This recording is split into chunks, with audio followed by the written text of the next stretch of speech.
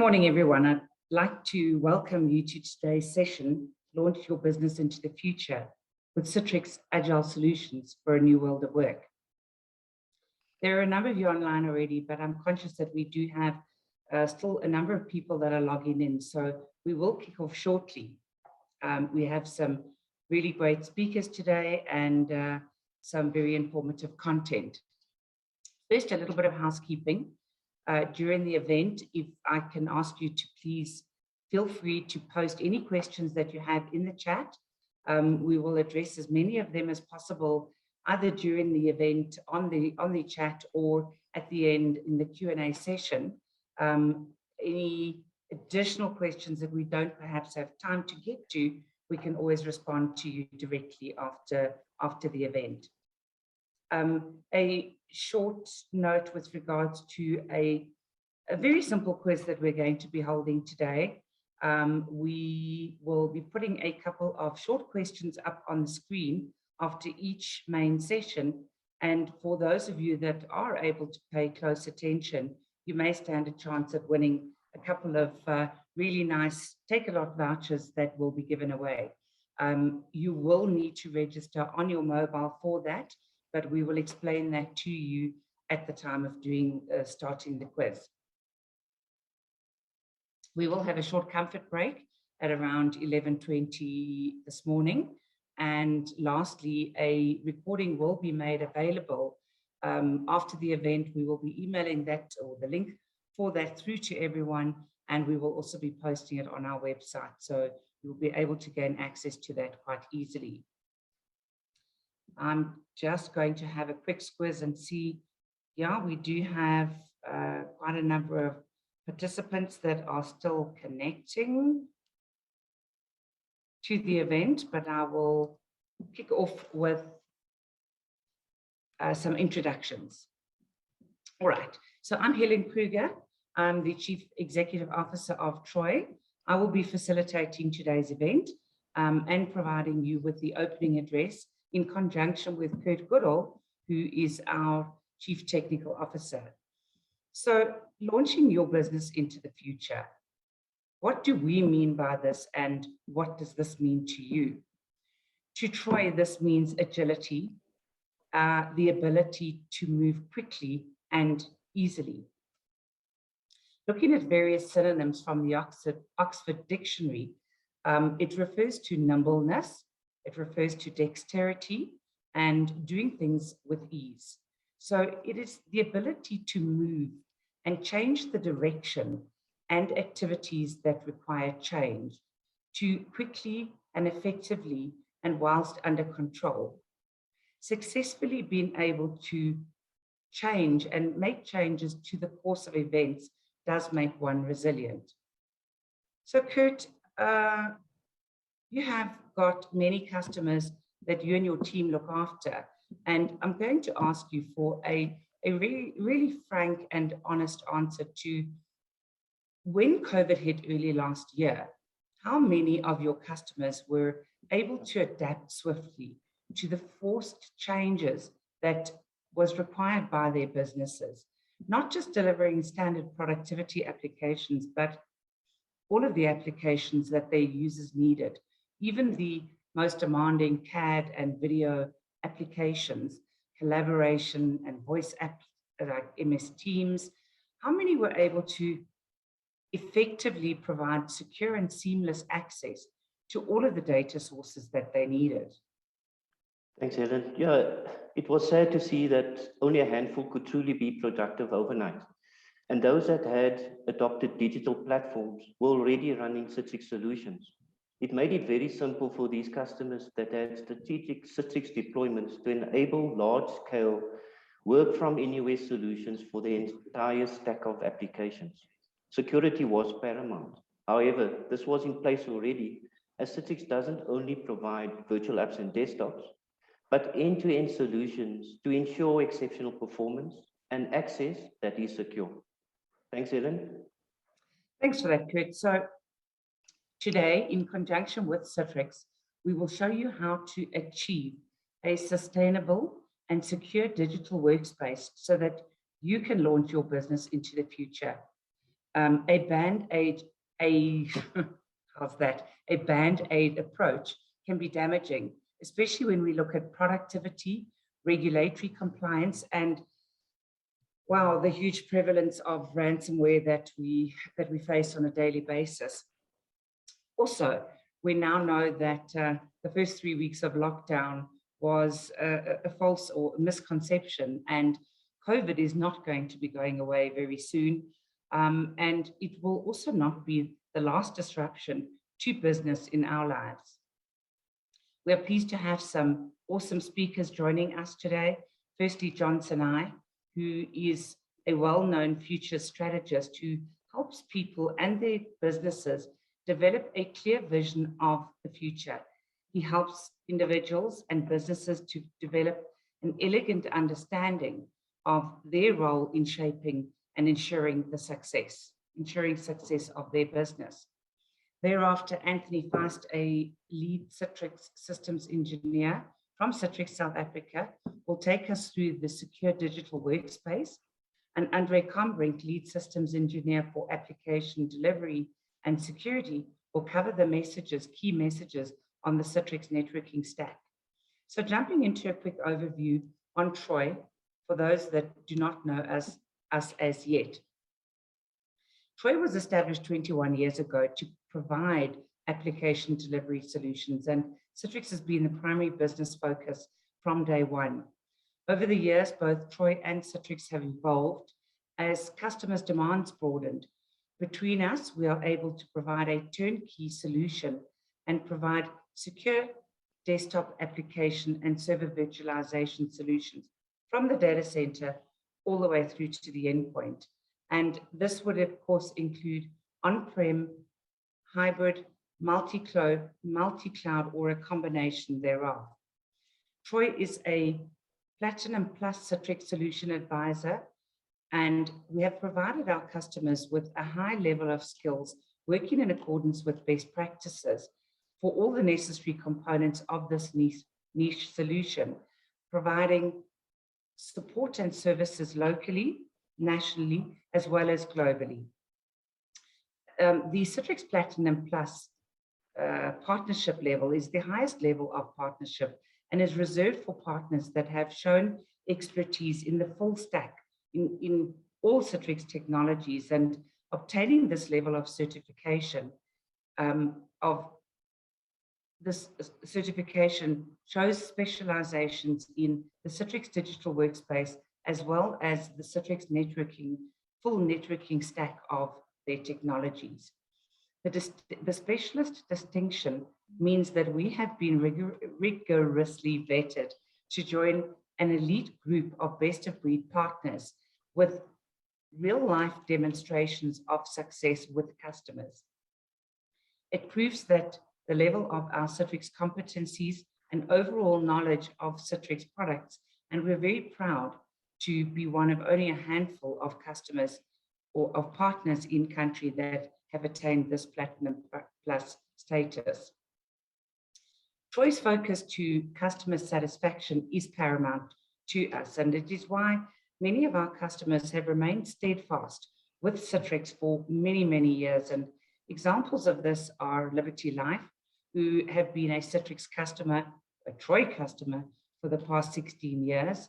We're Group have been with Troye for even longer than that, as well as Aspen Pharmacare, who have been in the limelight of late with our COVID inoculations, but we've been providing services to them on a global basis for more than 9 years now. We have achieved their loyalty due to our pronounced ability to execute, our high skill levels, and excellent customer service. This does not discount any of the new customers that we have recently achieved, such as Ituba, BankServe, and Outsurance. Next slide, please. Right. Getting back to today's topic, we won't ask you to put your hand up, I promise, but I'm sure that many of you would admit, if even just to yourselves, that your company's response to COVID early last year was largely reactive, and many businesses went into survival mode. Not enough of us can say that we were overnight able to continue with business as normal and thriving from the get-go. Most were able to provide a subset of applications and meet the demands of certain user groups. But even today, many businesses are still not able to suitably deliver everything that their users need to be productive. And there's obviously a big worry around how secure is this environment when our users are coming in from anywhere and everywhere. Customers are now asking for more sustainable and long-term strategies, not just a mobile access strategy for occasional needs, but permanent and agile solutions that meet any scenario. And this is what we're going to help you with today. So without further ado, I will now hand over to John to start the proceedings. Good morning. I'm going to start off with a quick video. Welcome to it. Looking forward to presenting to you guys for the next 30, 40 minutes. And let's get started. I'm going to share my screen.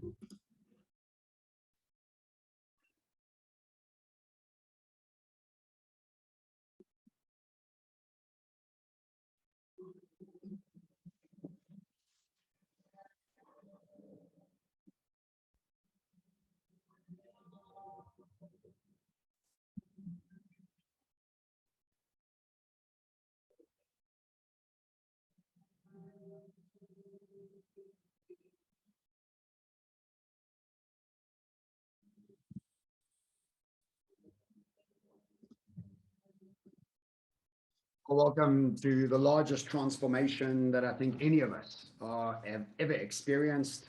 And we are really going through something that is going to change every touch point of our lives. And I'm not even sure we all understand exactly how it's going to look, but we are moving at an incredible pace towards it. And that's why today's talk is called Transformation. The motion is really the focus here because we're moving at this unnerving speed towards the most unknown future any of us have ever experienced. And so this both has a emotional toil in us, as well as a sort of nervousness around getting our businesses ready for this incredibly unknown future. Both of these things are very tough on us. And this is not just a business challenge, it's a human challenge. And so today I'm going to go through a bunch of different ideas and my research points to get us to have more courage and more clarity of how to behave in this world that is so different to the world that we come from. I'll take you through a few cycles and seasons and show you where we are in these cycles and in these seasons. I'll share some neuroscience research out of Stanford to try and help us understand what's going on inside our heads, as well as how do we go about setting up our businesses for the future while keeping the old world alive as well. So join me as we go through the process of transformation. Now, transformation has three different parts and has always had three different parts, no matter if it's a small transformation or a large transformation. And the first stage of any transformation is sadness. Sadness that we have to let go of the old world, sadness that we have to let go of the familiar, and sadness to let go of our comfort zones. And this is kind of where we are at the moment because we're having to leave everything that we once knew, everything that we once studied for, worked for, and it's now starting to evolve and change in a very dramatic way. But once we leave the shore of sadness, we arrive at the openness of strangeness, the wilderness, as some people call it, where nothing really makes sense like it used to. Have you bought an NFT, a picture of a rock for $67 million recently? So confusing, so strange, in fact, maybe even absurd to many of us to think about. But welcome to the future, where the multiverse will mix the internet and reality like it's the same sort of world. And this is the type of strangeness that I'm talking about, is that once we leave the sadness, we have to start preparing for the strangeness because we're not going back to any familiarity. In fact, we're going to incredible unfamiliarity as we move into this transformation. And eventually we will get to an adventure, but we're not quite there yet. And I'll explain to you in the cycles a little bit later why we're not there and when we can expect that to happen. But for the next few years, we are very much in the sad and the strange. And it's important for us to be excited about challenge, for us to seek discomfort, and for us to look for ways to expand who we are, let go of the past, and really start to think about new ways to bring value to the world. Now, the world we live in is really one that is addicted to certainty. And we haven't even realized that we are so addicted to certainty until we have no certainty. And this is what COVID-19 did for us, is took away all our certainty. And all of a sudden we panicked. And the reason for that is that our education system, our organizational systems, our societal systems are based on having absolute outcomes. We love having a specific outcome that we can work towards. But today, we don't have that luxury anymore. And today, what we have is this incredible, unnerving, open, expansive, unsure, and unfamiliar future, which gets us to firstly have to admit that we have been addicted to certainty, and also to realize that this is something we'll have to let go of in order for us to prepare for the future. And in fact, our brains love predictability and certainty because it's cheap. In other words, it doesn't use so much energy to try and figure out something that we've already known.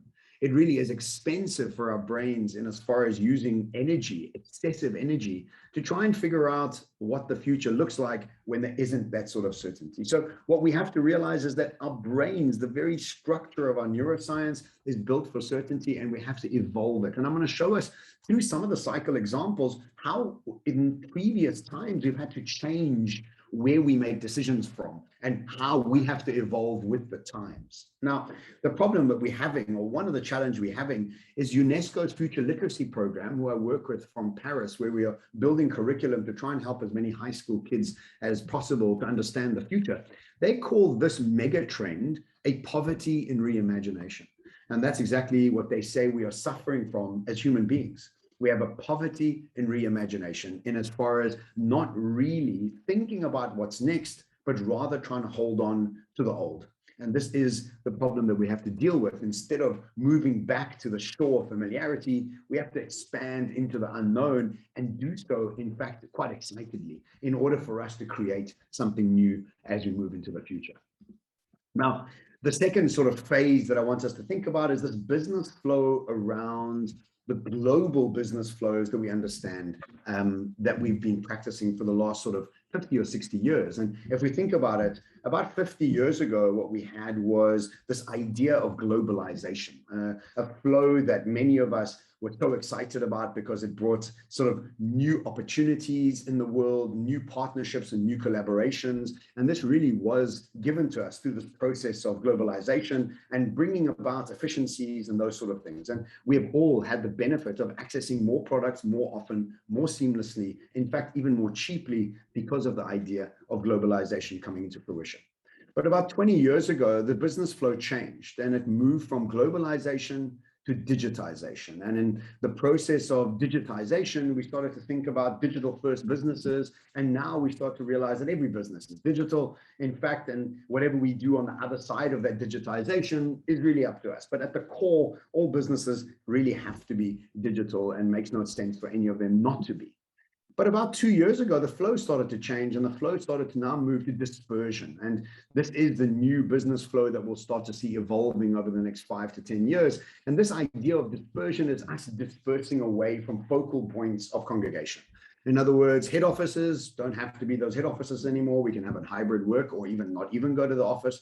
Hospitals will be replaced by iWatches and these sort of watches that will give more information to sort of the system, or even to our doctor, to help with telemedicine, so we never have to go to the hospital. We don't have to go to restaurants, we can get the food delivered to us. We don't have to go to university, we can do the education at home. So we're having these pockets of dispersion where people are starting to disperse out into their own pockets and into their own bubbles. And this both has pros and cons. Pros, you have more flexibility, you have more time with your family, or to do the things that you really like besides working. And then the con is obviously we isolated, and we are not engaging with other parts of society either.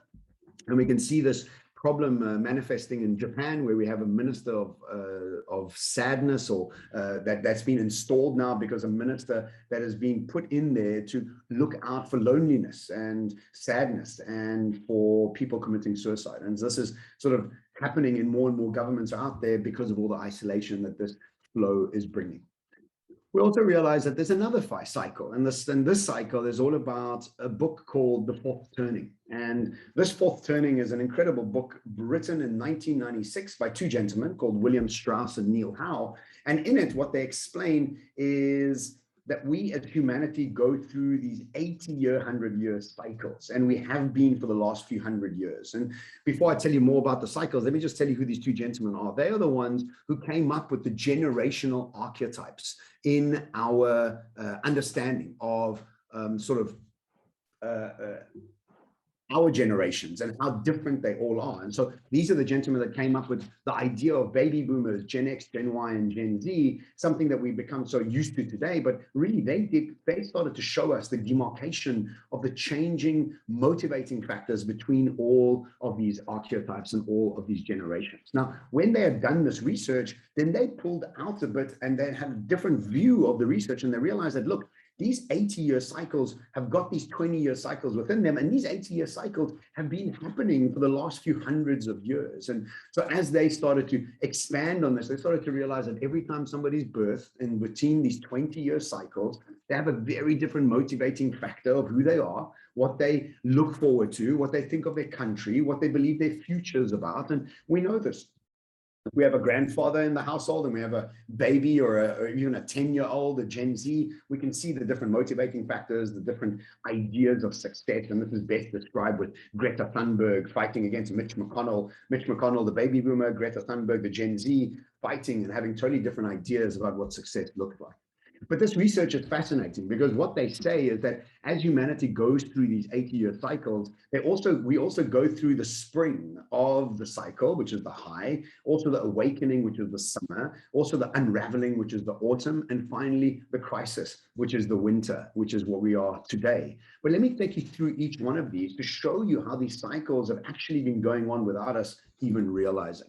Now, the first turning in 1946 to 1964 was the beginning of a new upbeat era of peaceful living. Now, quick caveat, remember that World War II ended in 1946. In other words, that whole 80-year cycle pre this first turning ended with the ending of World War II and the death and destruction and implosion of that whole world out there. And then we began this newness, the high, the renaissance, the spring. And this is the first 20 years post-war, a beginning cycle, if you want to call it that. And in this beginning cycle, we had the space program being introduced to the world. We had United Nations, the IMF, the International Monetary Fund. We had jets being introduced to the world, and we had TV being introduced to the world. And this was the beginning of this newness. Now, there's obviously other cycles within countries and smaller geographical areas, but on a global phase, we had all this newness starting to be delivered to the world. But then the spring is always followed by summer. And the second turning was, they call it the awakening, was almost a spiritual awakening of human beings. Now, obviously, Woodstock is the poster child for this, but there were many Woodstocks around the world. And the idea of psychedelics is always seen as a hippie using scenario. But today we can see that actually psychedelics are used for much, much more than just getting wrecked at a party, but actually for PTSD, for emotional hurt, for depression, and a whole bunch of other things. And this awakening really began over this period of between 1964 and 1984. We also had the introduction of computers, an awakening to a new way of technological growth and a new language that we could start speaking. And also the Star Wars movies began over this period of time. And this was again an awakening to who we are inside our galaxy, inside our universe, and all the other possibilities of other life forms in other parts of the universe that we live in. But all summers are followed by autumns. And it was this unraveling, as they call it, which began in 1984 to 2008, where we start to see sort of structures that were set up start to decay and start to unravel. Berlin Wall was one of these that happened over this period of time, where we started to see the unraveling of the idea of communism and capitalism beating communism. We also had Tiananmen Square happen over this period of time, where the questioning of communism, China was questioned, where we really opened up China to this capitalism world that they've been in and journey they've been in for the last 40 or 50 years, 30, 40 years. And really now we're starting to see China now revert back to some form of nationalist socialism, socialism. But for the moment, this really was the catalyst, the Tiananmen Square, the unraveling that started to happen over this time. We also had the unraveling of our impact on the earth based on business. And the Exxon Valdez tragedy was very much this, is our prioritization of profit over everything else. We started to see the destruction and the impact we're having on the earth. And this really began the green movement. So the unraveling of the structures of business also happened over this period of time. And 9/11. 9/11 also happened over this period of time where we started to see the unraveling of what we thought war was, terrorism was, conspiracy theory, started to question who the goodies and who the baddies were. And this really started unraveling our idea of the good versus evil. And we started to question who the good and who the evil actually were. And then the fourth turning began in 2008. And let me just remind you that this book was written in 1996. And they weren't predicting anything. They were just telling us what happened in all the other cycles. And again, their predictions came true because this is what happens every 80 years. And so the financial crisis was the beginning of this crisis that we're in at the moment. They also predicted massive levels of nationalism and political divide. And again, we started to see Brexit, the Italian sort of fascist parties, the Greek fascist parties, obviously the American Republican Democratic fights. And we started to see this nationalism, political divide really start to come into play from about 2014, 2015, 2016, and Trump really allowing that to happen around the world in a much bigger way with his voice of that sort of nationalism. They also predicted a massive war over this period of time, and we had COVID-19, which was an unexpected war, but a war in many ways. Close to 5 million people lost, a common enemy that was invisible in many ways, and now we're starting to get over it, but still a war nevertheless. They also predicted massive levels of job unemployment, and this gets us to realize that actually what's going on here is that all of these things are always predictable because we need old cycles to die and new cycles to be birthed. And this is the key here, is that this is just very much part and parcel of the process. And where we are today and alive today, where we have 1 foot in the fourth turning and 1 foot in the first turning, we have to prepare and understand the difference between the old world and be able to let go of it in order to prepare for this new world. Now, all of us are impacted very differently by this type of crisis. And I call this process the neuroscience of survival consciousness trigger points. And what I mean by this is that our brains are actually activated in very different ways when we are given these crises.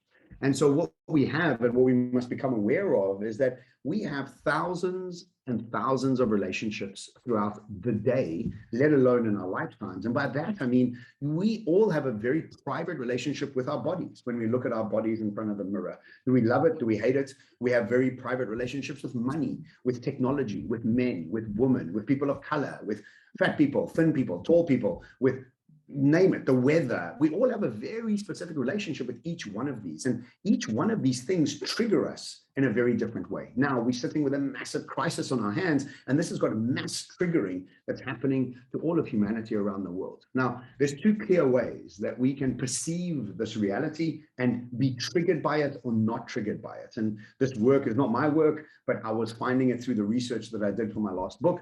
And what they say is that the two types of way for us to approach this reality is one, through a naive mindset, and two, through a mature mindset. And the problem here is that we often don't even know we are suffering from the naive mindset. And so I myself, when I was doing this research, I started to realize how many things I was actually suffering from when it came to the naive mindset. So let's get busy and understand what the naive mindset actually is. Now, there's three characteristics in each one of them, the naive and the mature. The naive mindset has the first characteristic of the victim. Poor me, I can't believe this is happening to me, or I'm entitled to better. This is not fair that's happening because I am a woman, I am a man, I am black, I am white, and you can name whatever you want. You can always be victimized by whatever it is. And if you think about Trump, a billionaire president of the United States, still the biggest victim in the world. It really doesn't matter what your background's about. It's the way you perceive the reality around you that really either holds you to the old identity and the old world, or you can release it and now start to move towards something new. The second characteristic is one of the savior, or the person that's sympathetic to the world. Somebody who sits on the couch and is just sad for the world, but does absolutely nothing for it. I'm sure we know people like this that think because they're feeling sad and because they're feeling anxious for the world, that's what they need to be doing. And if they don't feel that, they don't feel great. But actually what they're doing is just giving themselves permission to be sad, because your sadness is not helping anybody else out there on the street in any way. And the best description of this is Oprah. Oprah doesn't feel sad or sympathetic towards women. She feels empathetic towards women. And she goes and builds schools for women to try and uplift women. Very different energy. Both people want to help. One sits on the couch and feels sad, and one gets out there and actually does something.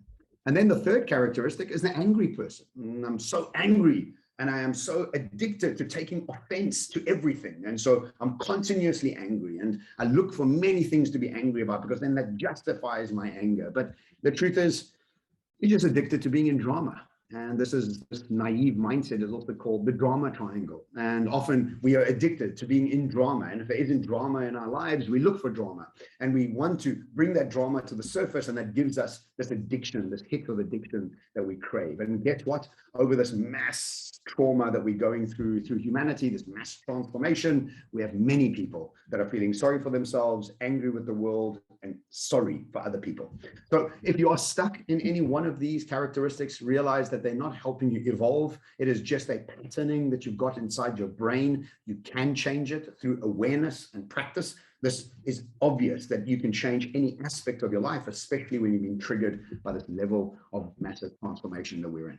Now, obviously, if you're stuck in any of these, you aren't able to evolve in any way. And that's why I was saying, is moving from the fourth turning to the first turning, you don't really have a choice. None of us have a choice. We have to evolve. And if we're stuck in feeling angry, sorry for ourselves, or sorry for other people, we're not evolving in any way. And what we need to do is we need to actually move into the mature mindset, or the creator triangle, as it's known otherwise. And what you have is, instead of victim, you have creator. You have this opportunity to now not see problems, but look for solutions. You also don't need to feel sympathetic for people. You can feel empathetic for people. You don't have to look down on them, but you can help lift them up. And finally, you don't have to be angry with the world. You can now challenge the world to be better yourself, better the colleagues around you, your family, your community, your society. And if we can all get into the mature mindset, into the creator, coaching, and challenger ideology, we start to change our neuroscience. We start to look forward to challenge, and we start to look forward to newness, rather than trying to hold on to old identities and trying to hold on to old ideas of success.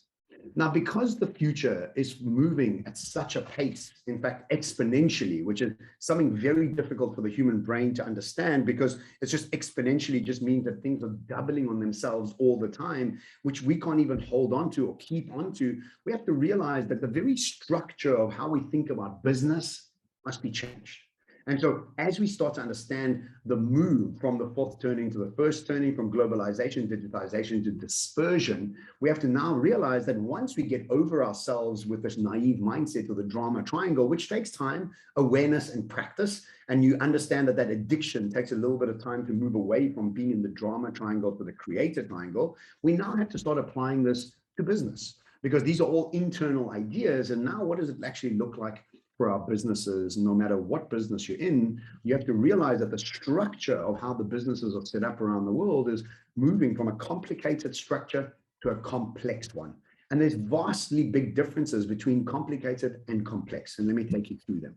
The world we come from is a complicated one. In other words, there are patterns that repeat themselves. And because of these patterns that repeat themselves, you can actually understand what your future looks like by using mathematics, Excel spreadsheets, and accounting, because by utilizing these linear ideologies about the future, you can look for patterns that repeat themselves, take the past, extrapolate into the future with some minor adjustments. In a complicated world, this makes absolute sense and has been successful for hundreds of years.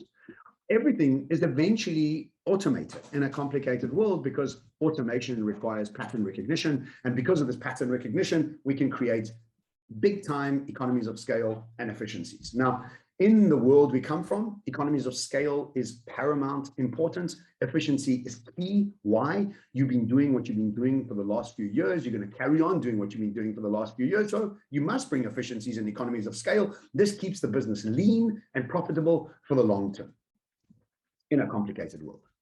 But now as we move into a complex world, the rules are changing. The very fundamentals of business are starting to change. And this is very difficult for all of us to start to grasp. So what is a complex world? A complex world is a world where you have some patterns, but they don't repeat themselves. You cannot use Excel spreadsheets, accounting, and mathematics to solve and understand the future, because the future doesn't look like the past. And there is no automation or technology that's complex enough to understand a world that has patterns that don't repeat themselves. And finally, the most important thing here is that we have to realize that we're moving away from economies of scale to economies of learning. And we're moving away from efficiency to robustness. Now, what does this mean? Economies of learning means how quickly I can unlearn to relearn makes me a superstar in the future. Because when nothing is certain and I have to be ready and available to be adaptable and agile, as was spoken about by Helen at the beginning of this conference, is this agility is brought about not by economies of scale, but by economies of learning. And this is vastly different. Our brains have been addicted to certainty, not adaptability. Our brains find it difficult to be adaptable. We want certainty. And so you understand how this keynote's starting to touch on all the points for us to realize that the very way that we used to make decisions has to be challenged. And so let me land this with you with an example. You remember when we used to travel a lot? We used to get to the airport, we put our suitcase on the conveyor belt. That conveyor belt used to get our suitcase to us on the plane in the most complicated, highly efficient, highly automated, pattern repeating process. 99% of the time our suitcase would get to us. Now, if you carry on watching this video, and I'm sure you've seen many of them, the journey our suitcases go behind the scenes is an absolute flippin' miracle that those suitcases get to us. But we've understood automation, and automation hardly gets it wrong, where we have patterns that repeat themselves, and you'll see hardly any people involved in this process because it's highly automated, and those suitcases get to us in a complicated manner, but absolutely work because of economies of scale and efficiencies. But the minute we take off, we are now no more in a complicated world. Now we are in a complex world. And what does that mean? It means that we have no idea what's coming when we're up in the air. And so what do? We build planes for complexity, not complications. And so what does complexity means is that I have 4 engines when 1 is enough.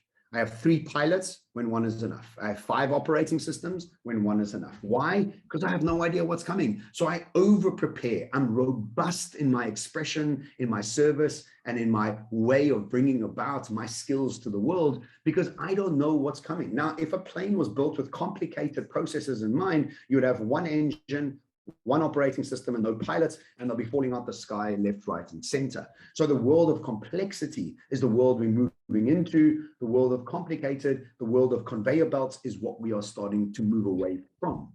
Now, if you studied economics back in the 70s, in the 80s and 90s, like I did, the biggest word that was thrown around there, well, not the biggest word, but one of the biggest words was JIT, just in time, brought about by Toyota in Japan, which was all about efficiencies and economies of scale. Now, just in time is perfect for a complicated world, but we have to move that terminology to just in case for a complex world. And I have a solution for this, because I do think that economies of scale are still very important. But as we start moving into this new world, we have to start realizing that there has to be a separation of the ideologies. You can't actually live with these 2 ideologies under one roof. And so if we understand this and we start to realize that the world we live in at the moment is run by experts in a complicated world, not experts in a complex world. And this is best described by Herman Kahn, one of the foremost futurists that I've ever read about, because he has passed away, unfortunately. What he says is the more expert, or at least the more educated a person is, the less likely that person is to see a solution when it is not within the framework in which he or she was taught to think. And what we have today is globally, the world is run by mostly baby boomers and Gen Xers. And the world of complications, the world of pattern repeating, economies of scale is all we've been taught, is all we understand. This is the way we see the world. But as we move in a world of complexity, these rules don't matter. They're not even relevant in this new world that we're moving into. That's why we have these 22-year-old kids building multi-billion-dollar businesses that are totally decentralized, but have totally different structures to them.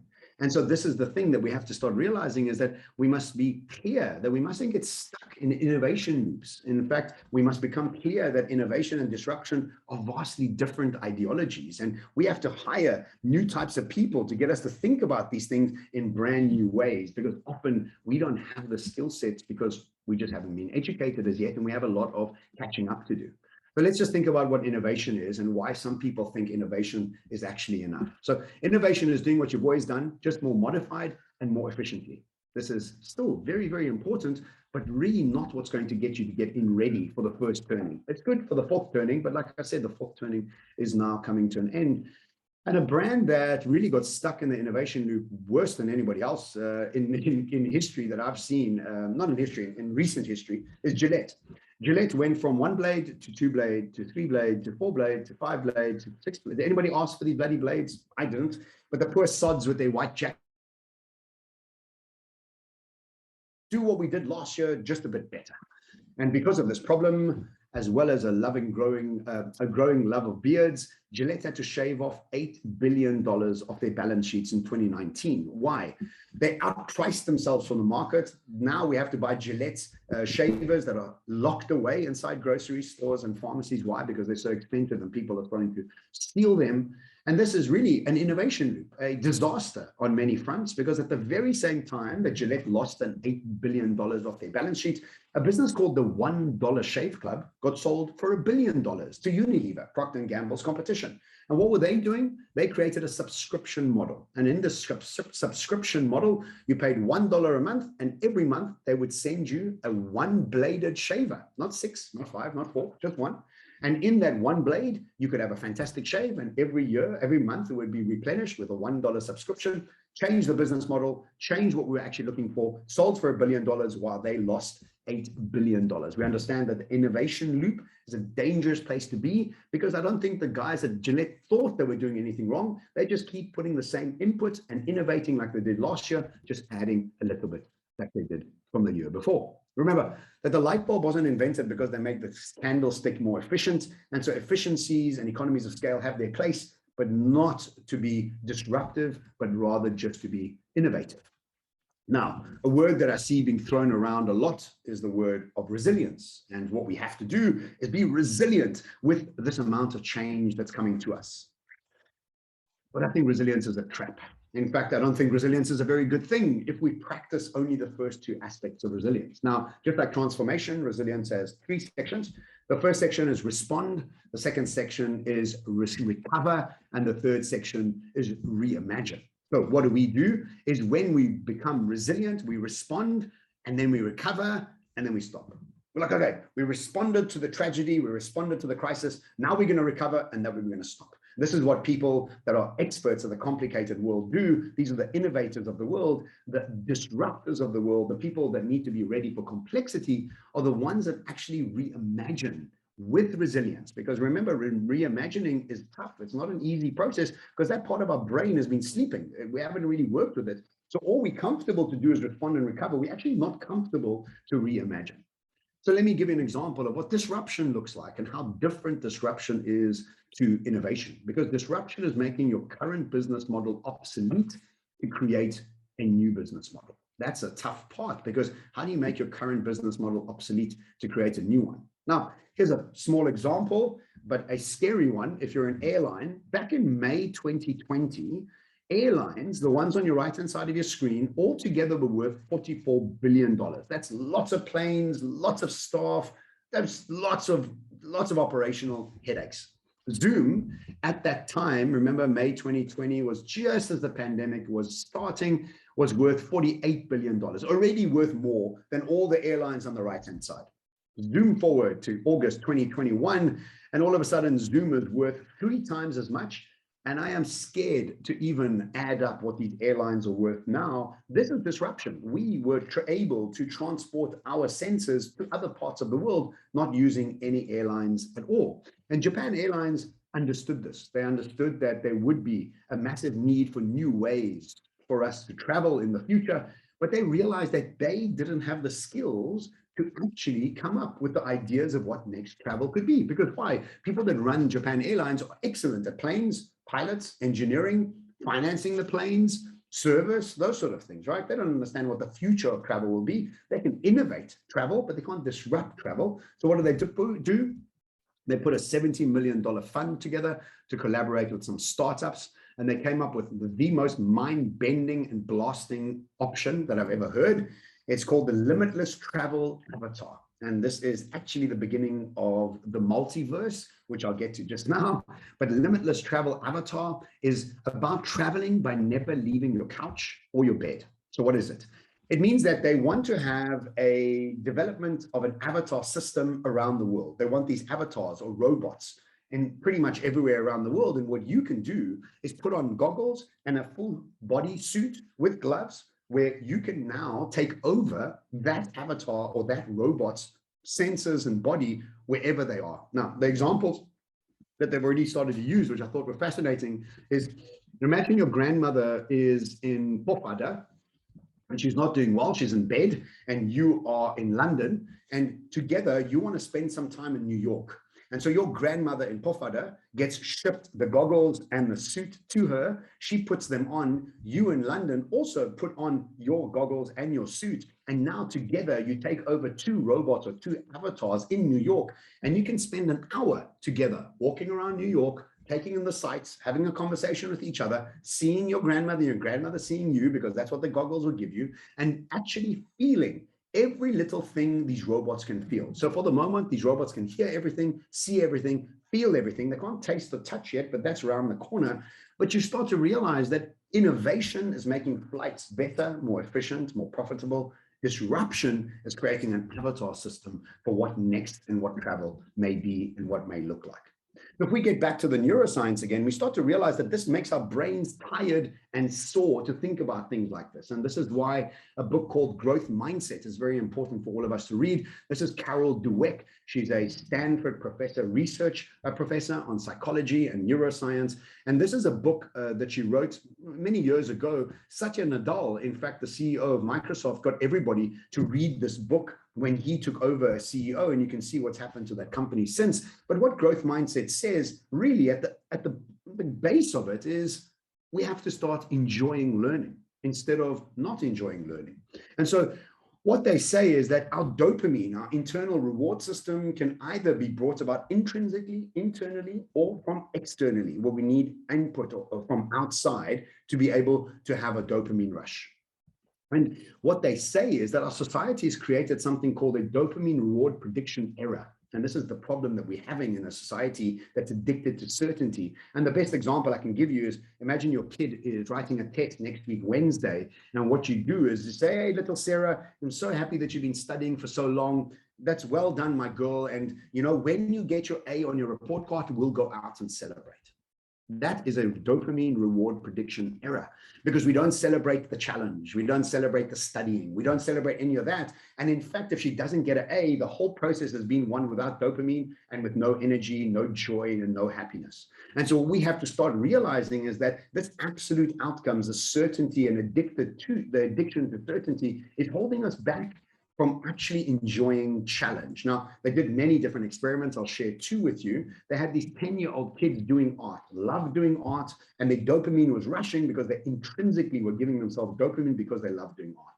Then the teacher started giving them gold stars for the art. And they started to move the dopamine from internal access to external access. And the teachers would keep giving them the gold stars, and the kids kept loving doing art, and everything was great. And then they started taking the gold stars away, and all of a sudden the kids stopped loving doing art. Why? They'd switched from an internal locus of dopamine to an external locus of dopamine. And so we realized that this need for outside acceptance, outside outcomes, and absolute certainty is actually holding us back from having a growth mindset. Now, they also did some research around Navy SEALs, and the guys who made it through the Navy SEALs were the ones that loved the process and the effort. They loved that challenge. If you ever watch anything from David Goggins, who's become famous Navy SEALs, he loves that challenge, and he's very vocal about it. And he says that if you don't love the challenge, you're never going to get through that training. But guess where we are today? We are moving from the fourth turning to the first turning. This is a tough time. And this is what we have to start to realize, is that we have to change the neuroscience around what we feel is effort and challenge so we can seek the discomfort. Nassim Taleb also wrote a book called Anti-Fragile, which is all about this concept that if you're fragile and you fall, you break. But if you're anti-fragile and you fall, you get stronger. So what do? You look for places to fall so you can get stronger. In this time of uncertainty, the most important thing we can do is realize that in order to conquer uncertainty, we have to understand the cycles we're in. We have to unpack the neuroscience inside our heads and then split our businesses into two. And this is the radical suggestion, because I don't think it's a comfortable suggestion for anybody to think about it like this, but what we all need is a today and tomorrow team. And a today team is a business that's focused on the 1 to 2 year horizons, all about economies of scale, profitability, old business models. And these people are really the experts of yesterday, and they are called the innovators. And this is very important because this part of the business pays for the tomorrow team and needs to be kept alive and cooking, because eventually this will start becoming less relevant, but right now very important. But what most businesses don't have is a tomorrow team, and a tomorrow team is focused on the 2 to 5 year horizons. They're all about economies of learning, experimentation, misspelled experimentation, my apologies, new business models, experts of tomorrow, and these are actually called the disruptors. And what we need to understand is that Japan Airlines created a tomorrow team. In fact, I can give you umpteen examples of companies that created tomorrow teams to take care of what's coming while they kept the old world alive. And by us having a today and tomorrow team, we can both respond and recover to the world as well as reimagine the future ahead of us. Now, every successful person that I've ever come into contact with always has two beliefs. The future will be better than the past, and I have the power to make it so. If I can understand what cycle I'm in, understand what part of the cycle I'm in, understand the neuroscience that's required for me to change within myself, the realization that I need to let go of the old ways of making a success and impact to the world and start to adopt new ways, become aware of my trigger points and not get stuck into the drama triangle and actually get into the creative triangle, we start to realize that in times of massive transition, it is the ones that spend the most time reimagining the new adventure ahead that will thrive. The ones that hold on to the old world as tightly as possible because their identities are linked to it will suffer a lot. But this ultimately becomes your incredible privilege of choice, because it really is ultimately up to you how you want to take on challenge or fade away from it. Thank you very much for your attention. If I have answered all your questions in this talk, I'm very happy. If not, please reach out on social media. I'll be happy to share and answer any of your questions there. Thank you for your attention and good luck for the rest of your conference.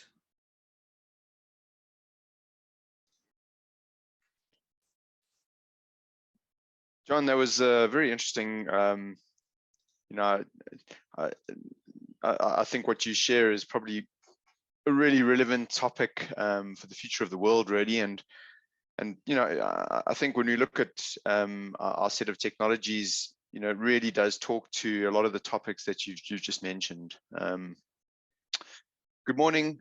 My name is Anthony Feist, and I'm a lead pre-sales engineer at Citrix, focusing on the workspace and analytics. And yeah, thank you for giving me an opportunity to present and showcase the value of Citrix technologies. So, remote work, BYOD, allowing flexibility in times of uncertainty are topics that organizations largely paid lip service to prior to the pandemic. Suddenly, many organizations were thrust into making these a reality without properly planning or having the appropriate systems in place. There's been many organizations that, as a result, since the pandemic, that have been trying to return back to the old ways.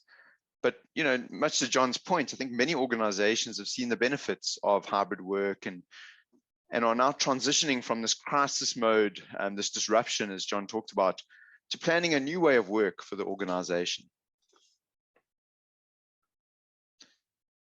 And enabling hybrid work is just really one aspect. You know, chip shortages have forced many organizations to embrace public cloud, as an example. As the supply of data center infrastructure and even laptops has been unpredictable. They've also been forced to consider non-traditional endpoints, you know, from a supply and cost perspective. And they've also realized that user experience is a key metric to retain top talent and ensure that staff are productive when working remotely. remote work is here to stay, and that's a good thing. The environmental benefits is just one aspect, and John touched on that. But many skilled employees will consider the hybrid work policy of an organization when choosing one organization over another. And while hybrid work has many benefits, there are also risks. Systems need to be exposed to the internet. And for many organizations, they're not in the business of IT. Their strategy is to consume services that take the legwork and risk out of delivering services to their users. Citrix has a comprehensive set of technologies that can be delivered as both SaaS services hosted in Citrix Cloud and more traditional on-premise deployments. The Citrix Workspace is an ecosystem of services that work together to provide users with what they need and IT with the management platform to deliver them in the most efficient and secure way. Today, I'll focus on 3 areas of the workspace: virtualization, analytics, and collaborative work management. So why choose Citrix? Simply put, this is what we do. Our focus has always been on remote work, and all of our energy has gone into building technologies to support these 3 pillars of experience, security, and flexibility. We've built networking technologies to ensure that we can optimize the delivery of our remote work solutions from any locations. We built intelligent analytics to provide visibility of user experience and the security posture of the users. We built our cloud services on Azure, but we also provide the flexibility to utilize any cloud provider, hosted provider, or even your on-premise workloads and data centers. We are looking to the future with our collaborative work management solution, focusing on changing how people work. So focusing on delivering applications and desktops, we're able to provide a variety of workload types, from web and SaaS apps to server-based apps and desktops, VDI, Linux-based apps and desktops, and even remote PC. Remote PC is a very interesting example, which is basically virtualizing a physical desktop. Before the pandemic, it was pretty much a fringe technology. And many of our customers, but when many of our customers needed to enable a large proportion of their workforce to work from home, they found that they had a large desktop estate stuck in the office, just idling. With Remote PC, they were able to virtualize those desktops and allow the employees to connect to their desktop from any device. And that meant that the employees could even use their home PC or tablets, and the organization didn't need to purchase large infrastructure to cater for all these users, as they already had their desktops available in the office. And that brings us to endpoint devices. Citrix has been delivering virtualization technologies for about 30 years and has a broad support across different endpoint devices. Now, this doesn't just mean delivering screen updates and keyboard and mouse. It really includes a lot more than just that. And, if you think about your typical endpoint device and the peripherals that you have connected right now, when you virtualize a desktop, you need to virtualize all of those add-on devices.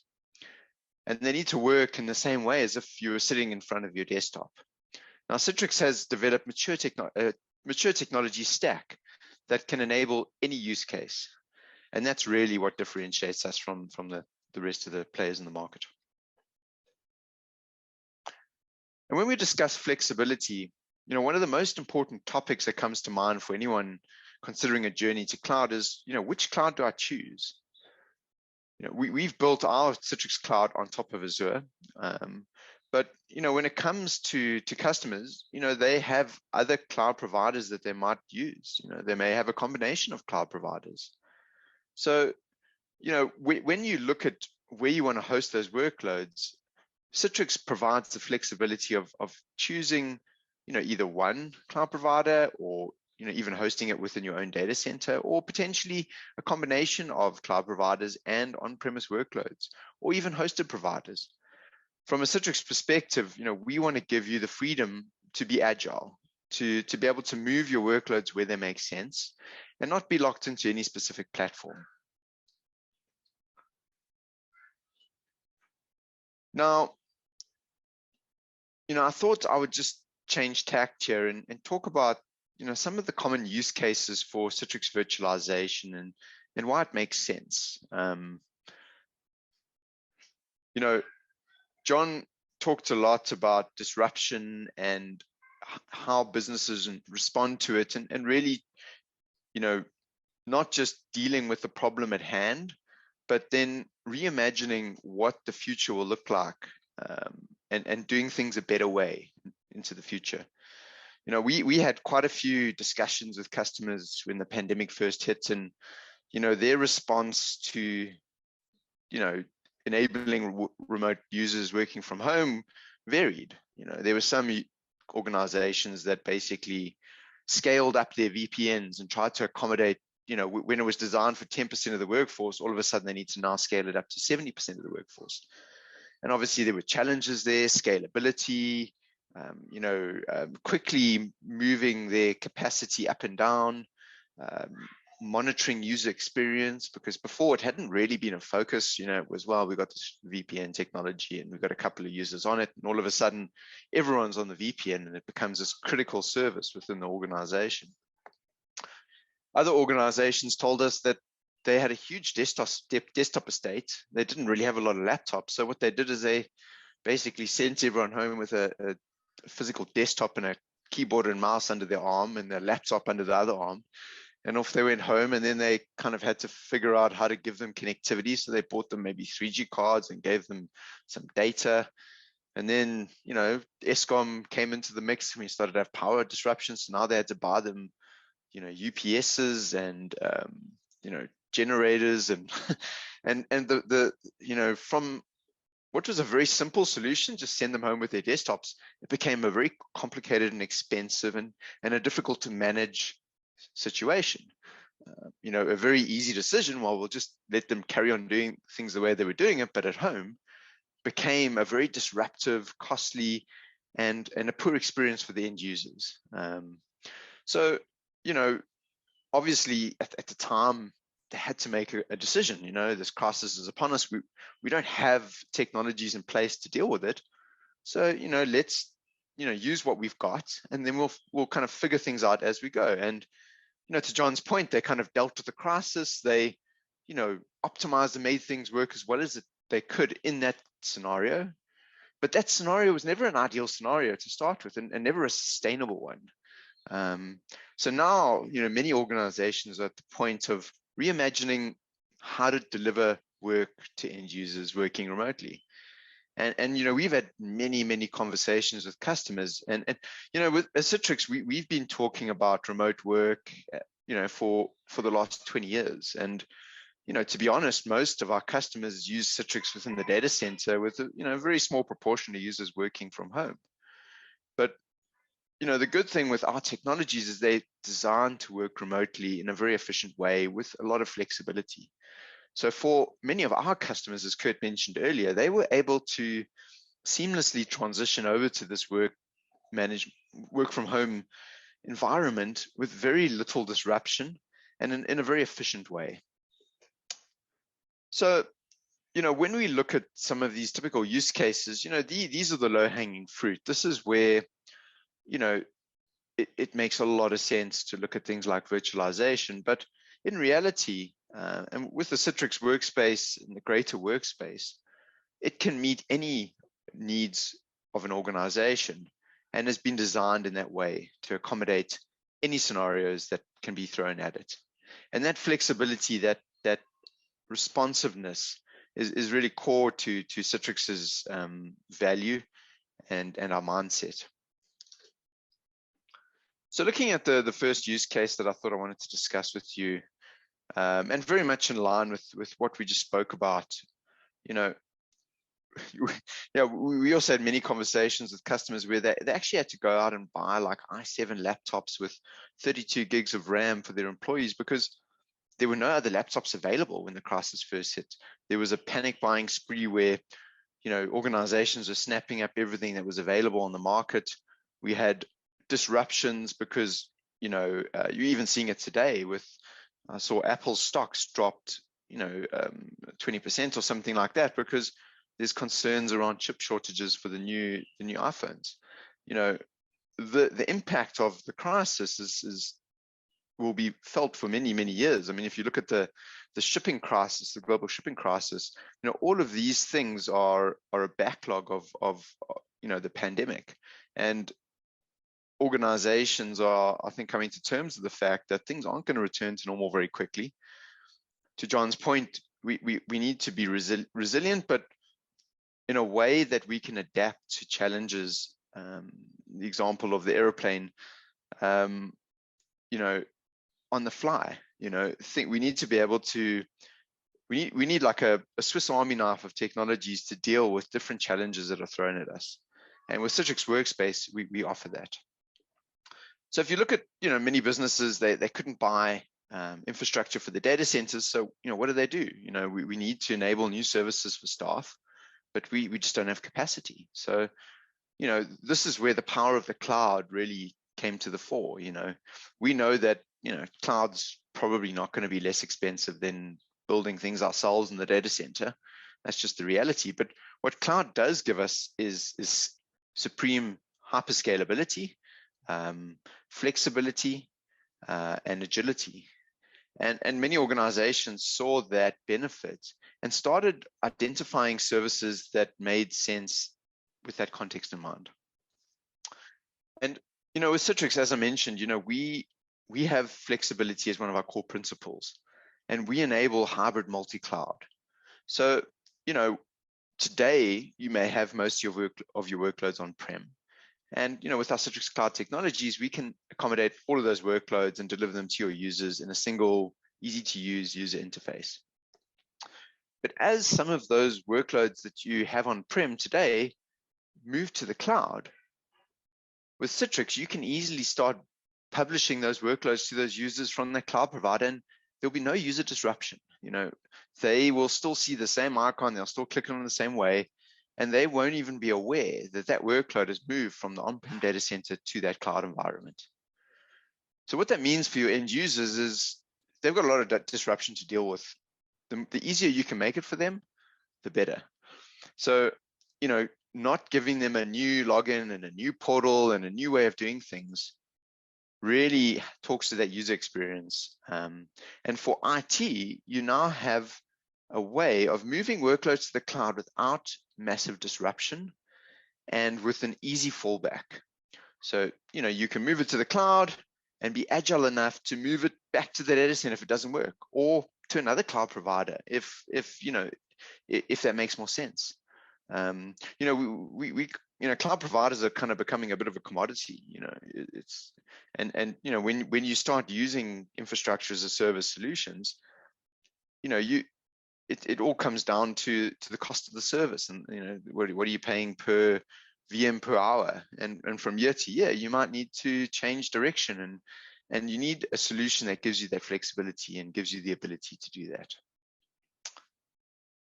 And not just that, but you know, having a single management stack across all of those different infrastructure, you know, geographies as well as providers, gives you end-to-end visibility across your infrastructure. You know, not only our workspace technologies, but our networking technologies as well have been built to be, you know, to support all the different cloud providers, so that we can ensure that we're not just delivering a desktop from Azure as an example, but we can ensure that the path from the user to that desktop is the optimal path. And we have visibility in terms of that path to understand what that user experience is and to remediate challenges along the way.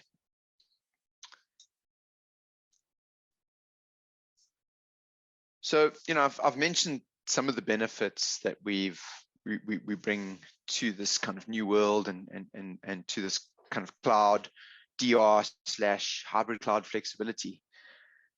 You know, one of my customers, I was having a conversation with them the other day, and you know, there's one metric that we provide that, you know, they said no other workspace solution can provide, and that's the last mile connectivity visibility. And he said without that, and he runs an estate of 5,000 users, you know, delivering virtualization. he said without that, he couldn't deliver a service to his business. And the reason for that is, users are, they're users. They're not IT professionals. They get a tool, they use it, and if there's a problem with that tool, it's the fault of the tool. They don't know if there's a challenge on their home network. They don't know if their endpoint device is slow. When they log a call, it's Citrix is slow. And he said with that last mile visibility, being able to see the latency from the end user's home device to their entry point into the environment, he's able to tell a user, you've got a problem with your internet, or your endpoint device is misbehaving. And just that one thing makes all the difference to the service that he delivers. And, that's the value of Citrix. We've been doing this for a long time. We understand the data points you need to be able to manage your environments in the most efficient way. And the tools you need from an administrative perspective to make sure that you can deliver a quality service to the business and quickly resolve issues as they come up.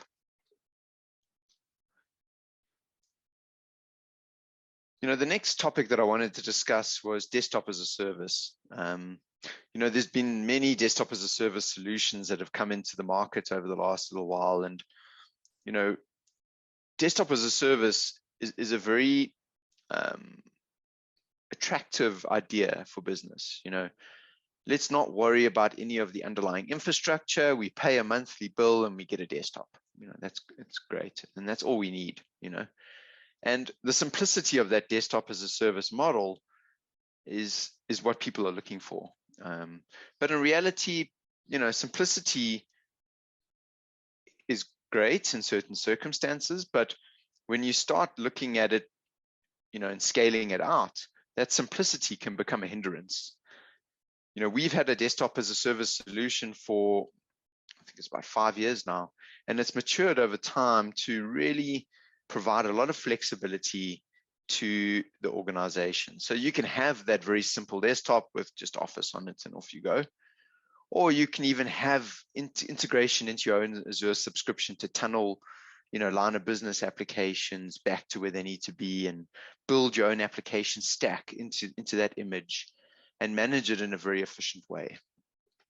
And with our desktop as a service solution, we provide all of the usual benefits of a desktop as a service solution, flexibility, time to value, the ability to rapidly expand, adding more resources. And, we do that because we've partnered with our partners industry like Microsoft to build on top of Azure so that we can take advantage of that kind of hyperscaler network to really be able to provision resources very quickly and easily. And, the other topic that I think has really been top of mind for a lot of businesses, especially in South Africa, is, preventing business disruptions. We feels like a couple of weeks ago, but, a couple of months ago, we had some, there were very worrying times for businesses with the kind of riots and all the challenges that we had, in South Africa. As a country, I mean, we are very resilient. Aside from, all the challenges we had around COVID and the economy, we got thrown into this new challenge of will our branches and our head office still be standing tomorrow? You don't know. And it's amazing the resilience of South Africans to almost shrug it off and just deal with the challenge at hand. And, I think we did that very admirably. But, I think it also, at the same time, a lot of businesses started asking themselves the question, yes, we dodged a bullet here, but what if, what if our data center got burnt down? What if, our staff were not able to return to the plants, the manufacturing plants? How would we respond to these disruptions? And often BCP plans, DR plans were, important exercises that organizations did but kind of largely paper-based. There was maybe a DR site, but one test a year, and it was kind of glossed over a bit. Important things, DR failures, we tick those boxes, but when you start looking at it in reality, I think a lot of organizations realize that they just aren't prepared for the types of disasters that could actually happen. So really preventing these business disruptions, having technologies in place and plans in place to really be able to adapt to any kind of circumstances is, I think, really top of mind for many businesses today. And, from a Citrix perspective, again, we provide a lot of flexibility, a lot of choice, a lot of resilience with our technologies. And, how we can help in these types of situations is, really providing a lot of resiliency to remote locations. With our hybrid multi-cloud approach, there's no single point of failure. You could build your technology stack across multiple cloud and on-premise locations, and very seamlessly fail between them. With our proactive analytics, you can get insights into challenges in the environment, before users start logging calls. And I'm going to talk a bit more about this a bit later because it's a very important topic. But, having that visibility in terms of your services and getting, instant notifications when things start going wrong is really, puts IT in a position where they can be a partner to business rather than just a service provider to business. We also know that aside from all the other challenges, organizations have had to deal with, presenting a lot of their services out onto the internet in a very quick way, raise some challenges from a security perspective. Maybe all the checks and balances that would typically be in place weren't, because, we had to respond very quickly. And as a result, we've seen over the last couple of years a massive rise in the number of malware, ransomware attacks on organizations. I mean, the number of, I don't know if you think about, of the number of public disclosures of ransomware and hacking and where organizations have been brought to their knees for days and weeks while dealing with the fallout of those events, that becomes also, really top of mind and something that not only disrupts businesses, but can also cause massive reputational damage in terms of, loss of customer information, especially in light of POPI and some of the other regulatory requirements that are in place at the moment. And then, aside from just delivering something to users, providing a workspace to a user in a high performance experience is critical. For people to be productive when they work from home, it's disruptive enough to have to deal with things like sick children and load shedding and all the other challenges that we've had while working remotely. Having a poor performing work experience, you really don't need that on top. And that can lead to not only loss of productivity, but loss of enthusiasm and loss of motivation of staff. So, something that John touched on that's kind of very close to my heart as well is the environment and kind of IT-led sustainability. As business and globally, we probably haven't done things right, really, if you look at it. And there's been a lot of waste and a lot of unnecessary consumption. So, finding technologies where we can really help reduce that footprint by, reusing endpoint devices, not having to courier laptops to people at home or send support staff out to people's houses or ship devices halfway across the world to enable people to work. Not only saves the organization money, but also, contributes towards a greener economy and just doing things differently, which I think is really something that we as people and businesses need to focus on into the future. And how Citrix helps in that regard is really being able to extend device lifespans. With Citrix technology, the processing, the brain is centralized, whether it's in the cloud, whether it's in the data center. The endpoint device becomes less and less relevant. So if you look at old laptops, you can extend the life of those devices because the processing is happening centrally. Those devices don't need to be able to handle the latest Teams update or Windows update. You can remove all the unnecessary clutter off those devices and just use them as almost a dumb terminal, or even switching to kind of low energy devices. Chromebooks are a really good example of that, where it's there's a couple of benefits on those devices. Not only are they really inexpensive, but their risk profile is low because it's essentially just a browser running on the device. They're therefore much easier to manage, and there's some great management tools for Chromebooks as an example.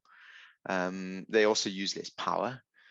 They're portable devices, they're laptops, so they tick all those boxes, and they're secure because there's no data on those devices. All the data sits in the data center. You can't extrapolate data onto those devices because it's just really one big browser.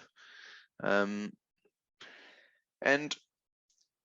being able to offer that flexibility, being able to allow staff to use a MacBook if they want, or their home desktop, being able to flex between their private life and their work life and have the two separated on that endpoint device, really helps, improve, not having to have two separate devices, one for work, one for personal, really starts reducing that footprint.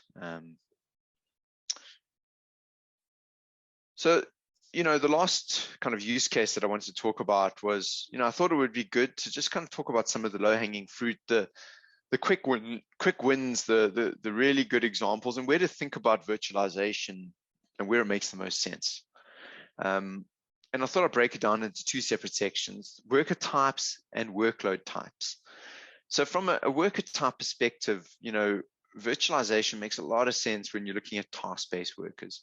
We see a lot of customers that have, call centers, retail branches where there's high staff turnover. The work, what the users need to do their job is highly repeatable. It's templatized, and the support burden in those environments is high because of the high staff turnover.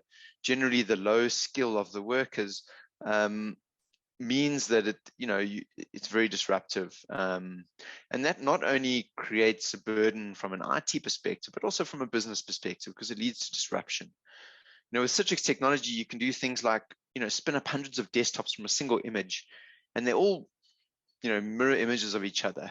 And when there's a change to an application, make it in the golden image and push it out. So for call centers, you can update very consistently huge amounts of endpoint devices. And from a consistency perspective, all of those users get exactly the same thing. There's no change. They move from one desk to another. There's no difference. You look at retail branches as another example, especially in this kind of time of COVID, being able to deliver a consistent experience to a branch is paramount.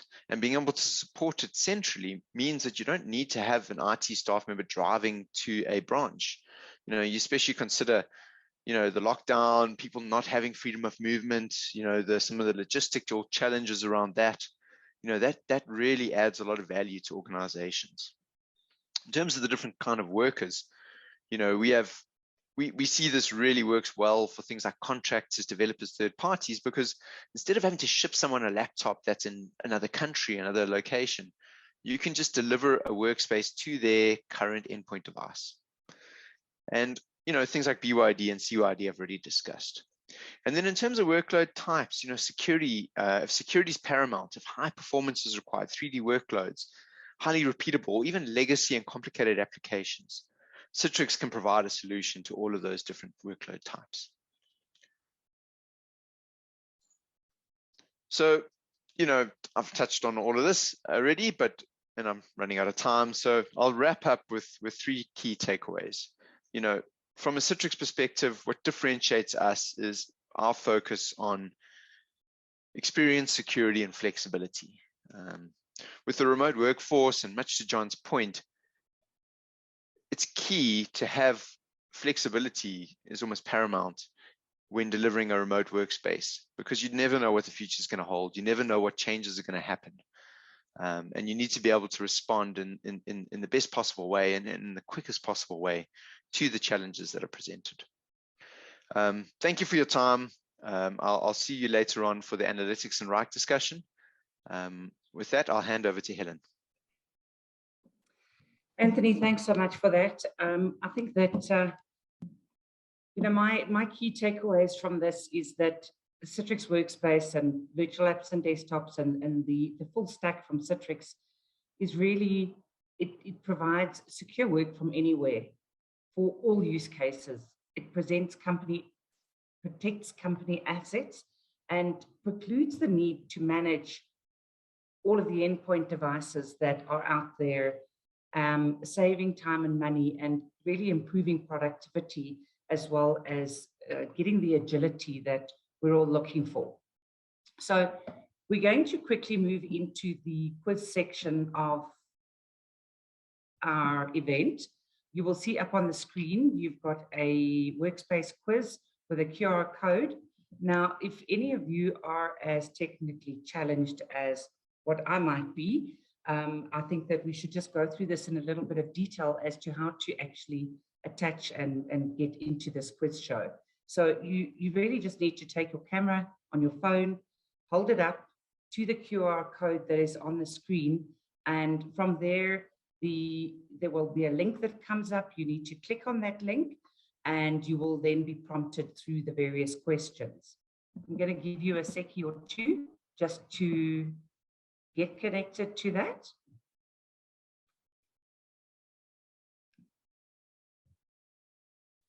And then we will start with the quiz show. Okay, just a couple of notes with regards to this. The quicker that you answer, the more points you will get.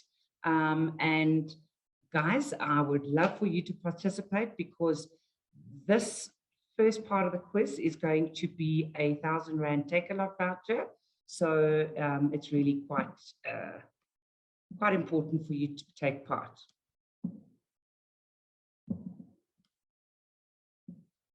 Okay, I am assuming that everyone is online. I'm going to go across to the first question.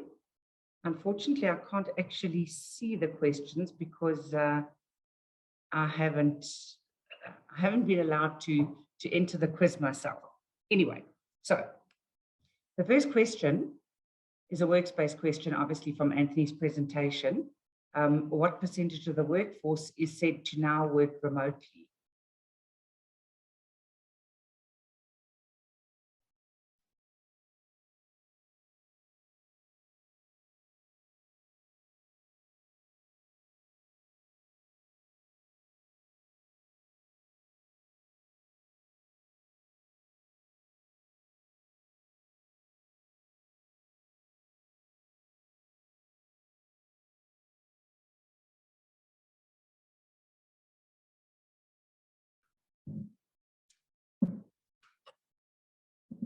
Right. Question 2 of 3. What are the key benefits of Citrix Workspace?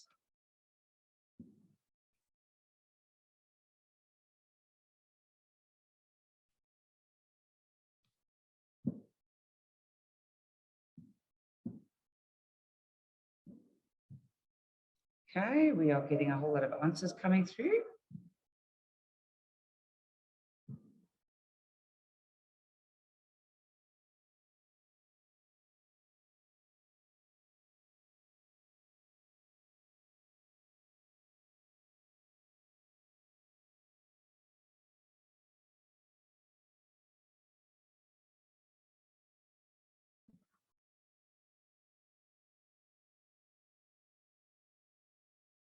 Okay, and then lastly, what are the key security takeaways of Citrix Workspace?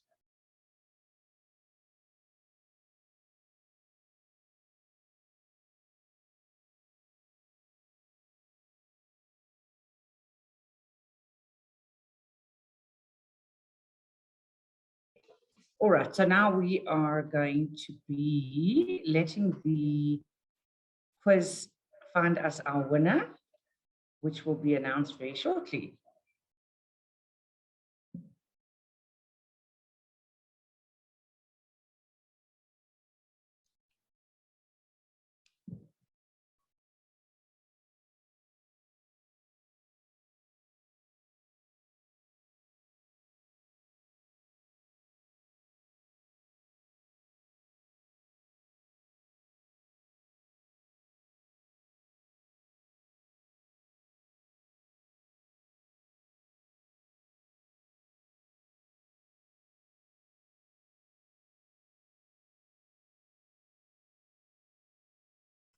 Oh, sorry. We did give a little bit of extra time for that question because there was quite a bit to go through with regards to the answer.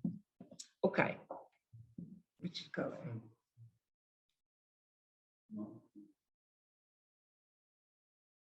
Okay, I am just getting some feedback here. Can't see that screen, Donovan. Thank you. Right, we have Michael Casson. Sorry, Mitchell Casson, who has won that fantastic prize of R1,000 Take a Lot voucher. So congratulations, well done to Mitchell. We will be forwarding your voucher to you.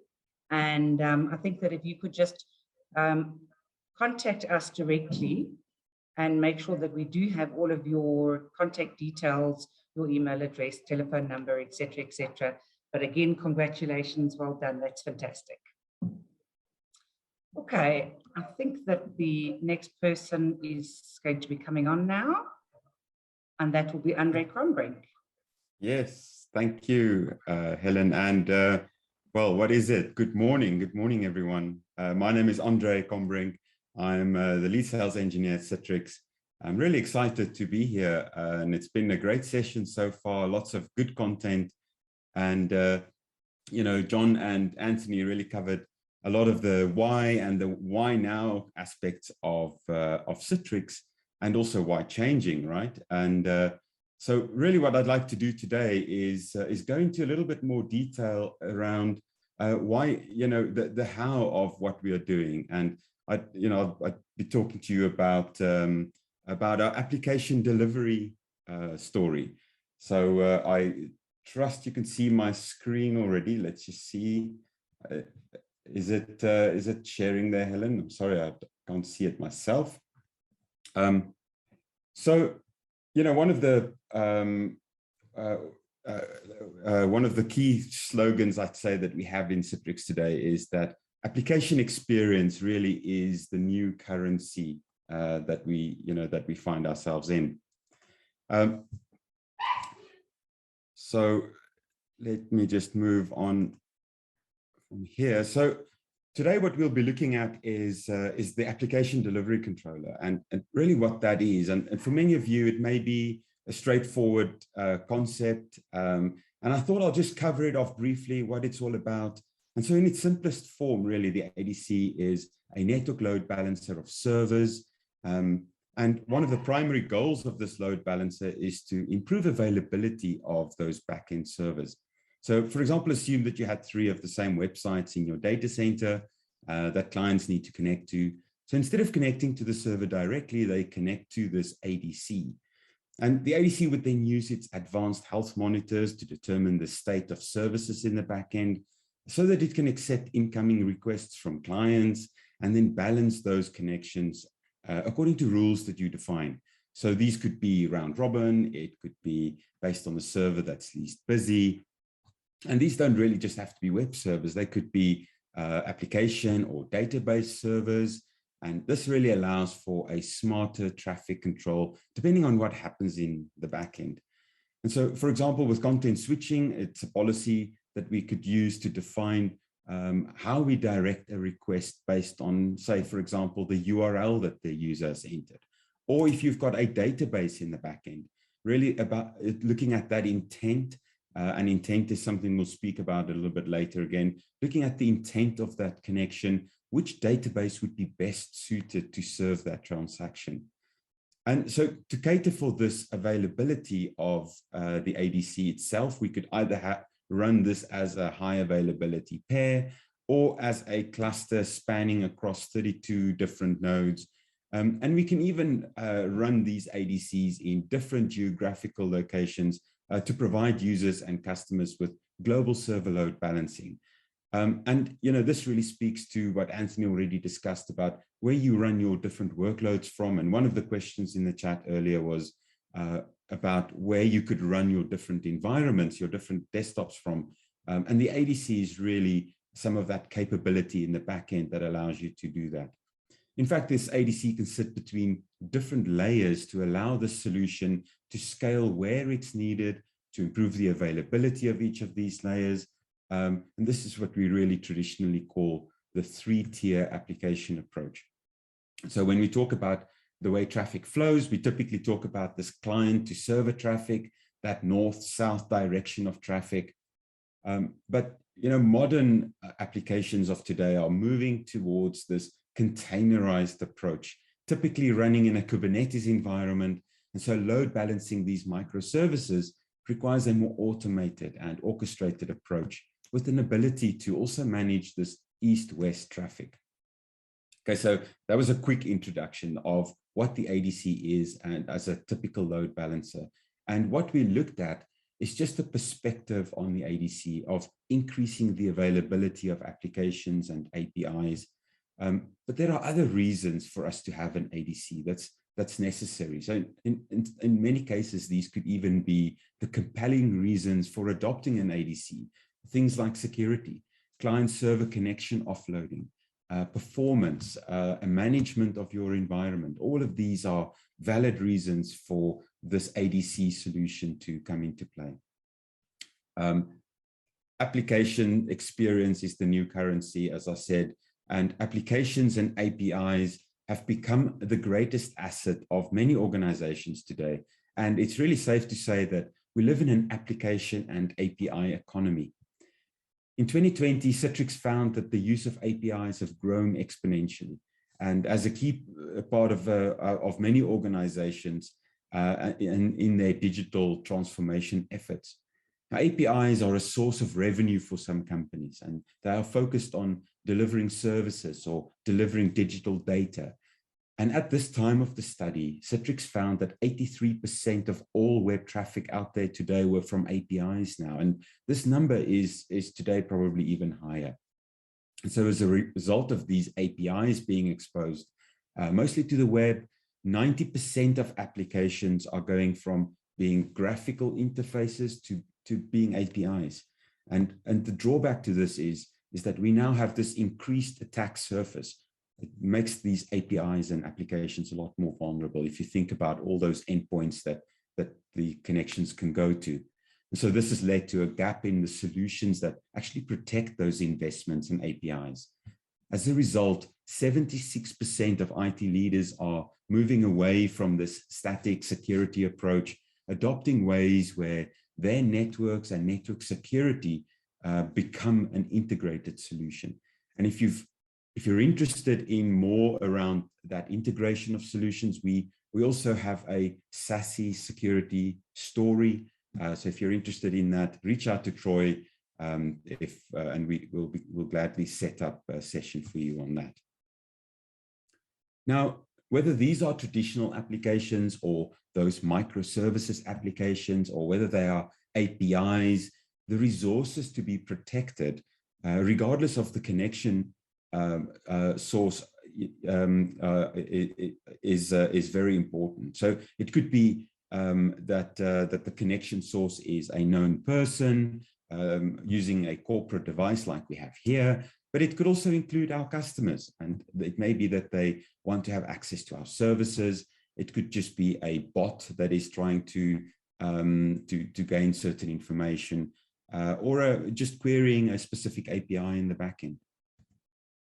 But these sources can also become a threat to us. And whether they are malicious threats or not, we need to protect our assets. And the approaches to do this also have to fit that scenario so that we don't exacerbate a problem. And, you know, as Anthony described earlier, it's all about that experience, that security and the flexibility. And it could be, you know, our approach to this could be a simple firewall ACL. It could be in the form of DDoS protection. It could be TLS certificates. And these are things that the ADC will allow us to do. But in more advanced cases, it could be policy-driven rewrite and responder actions. It could be a highly complex web application firewall. But now to add even more value, the ADC includes additional functionality like rate limiting. It's got a mature authentication, authorization, and auditing engine for managing a lot of your authentication needs, and even providing the ability to have an SSL VPN connection going into it. You know, and we spoke about security, and we speak about experience. Often security features that are enabled leads to a reduction in user experience. But at Citrix, we don't see these as mutually exclusive. Our solutions show that enterprise-grade security doesn't have to get in the way of a good user performance. And servers and other platforms where applications are delivered from don't need to waste resources on network and certificate management. Once we put an ADC in the path of these connections, the layer 4 and SSL handshake activity can be offloaded onto the ADC.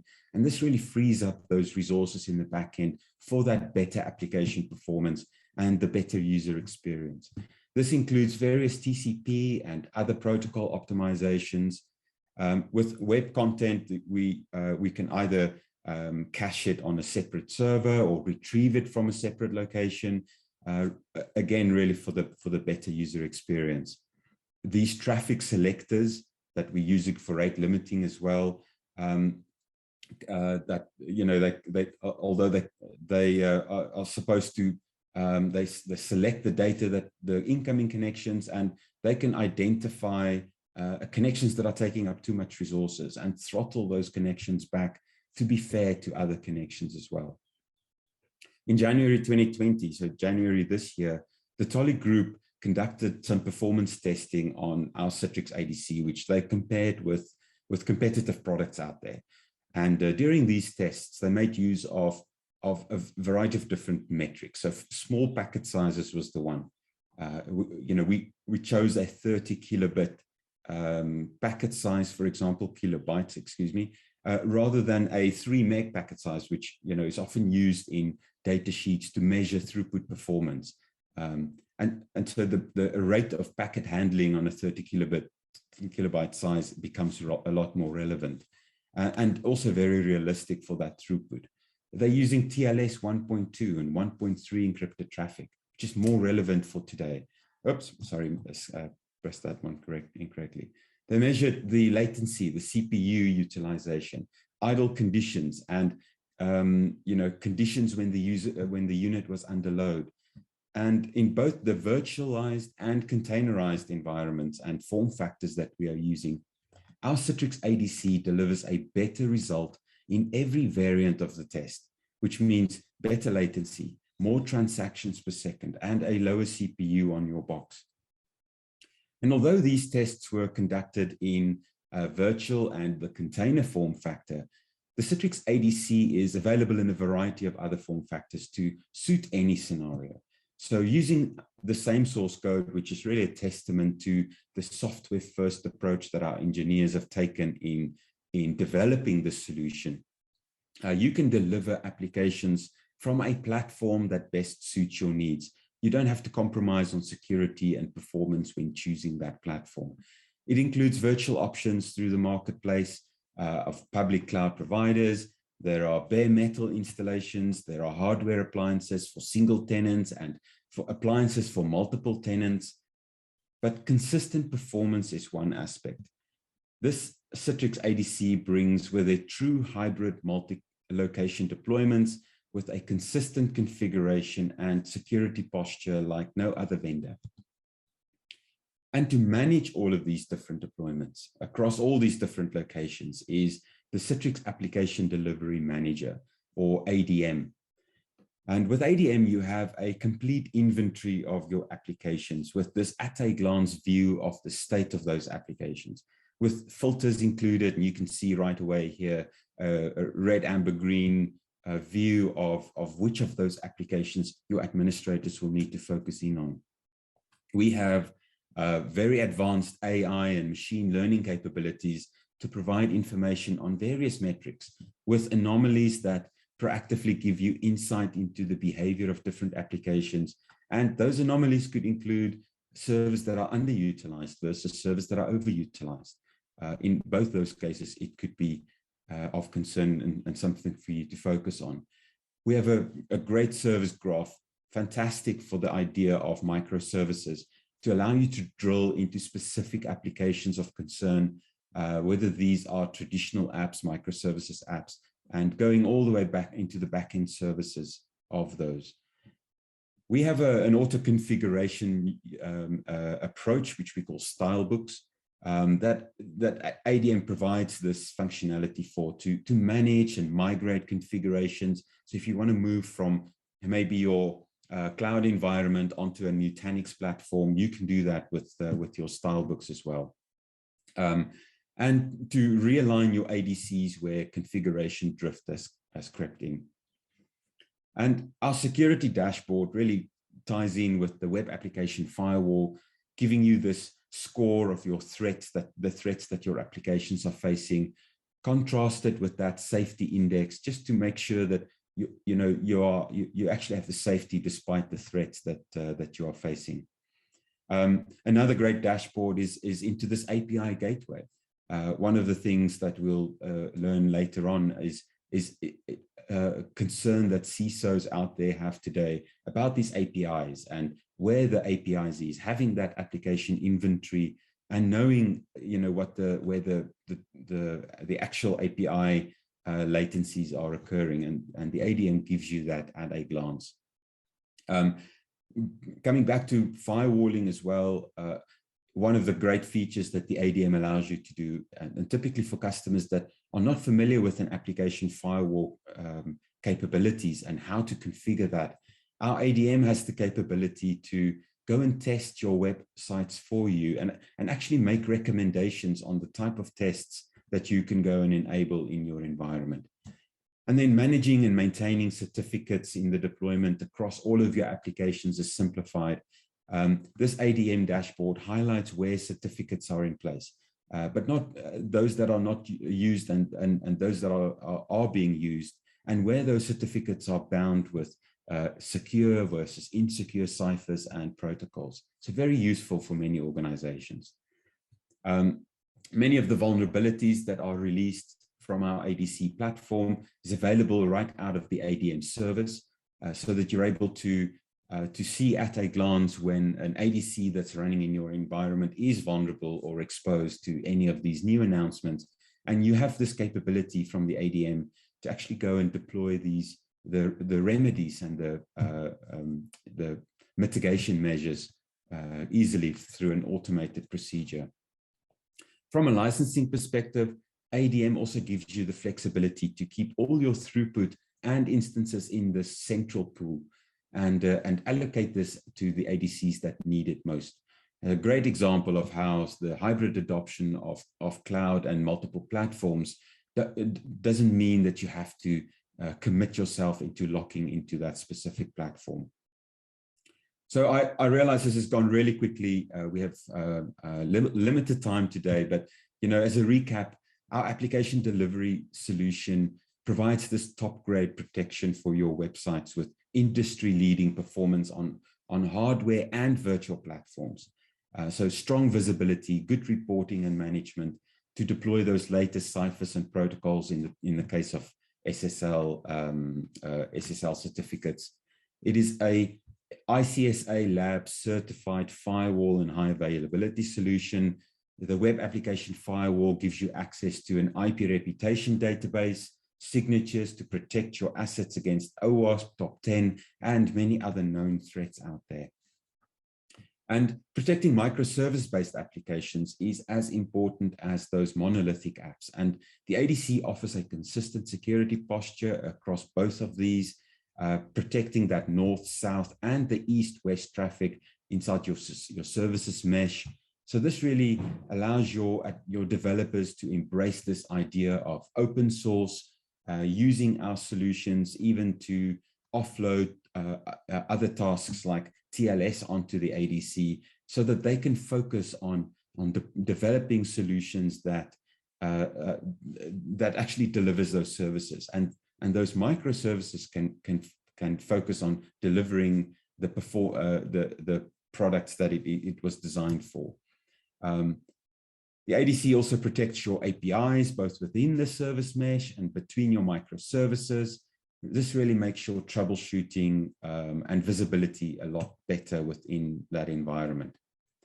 So the ADC is also a bot management solution with the intelligence to identify good bots, such as chatbots, from bad bots, such as those click fraud bots. And you can see quite a few on the screen here. And bear in mind that bots doesn't have to just be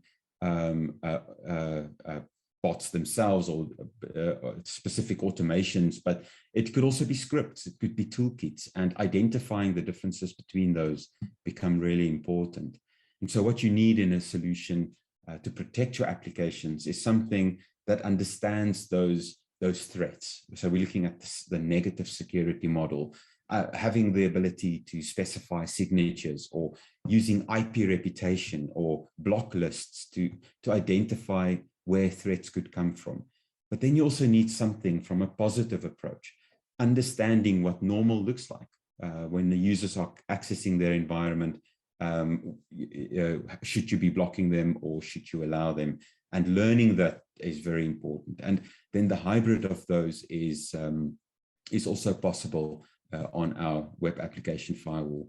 And I'm conscious of time, so I'll quickly rush through this.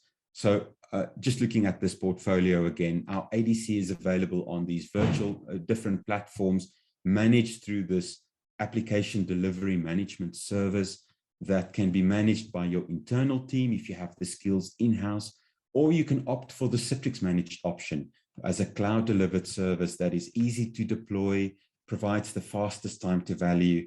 It is really intent driven, so you can build your policies based on outcomes and business needs.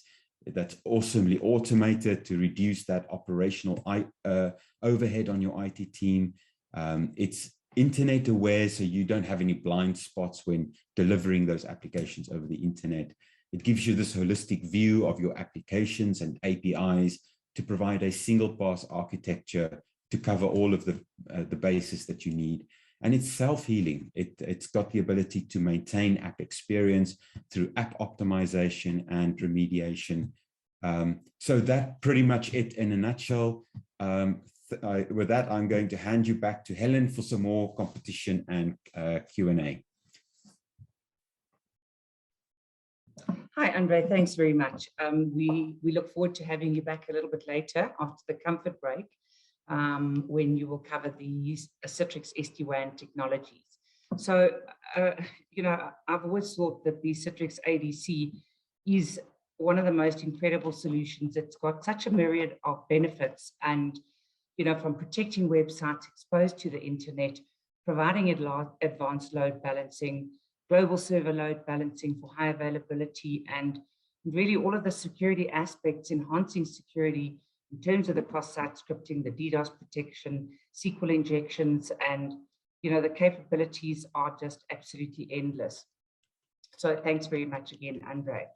Right, we're going to move on now to the second question that we are going to be playing. I think that we don't as yet, or do we have the QR code on the screen? Yes, we have the QR code on the screen.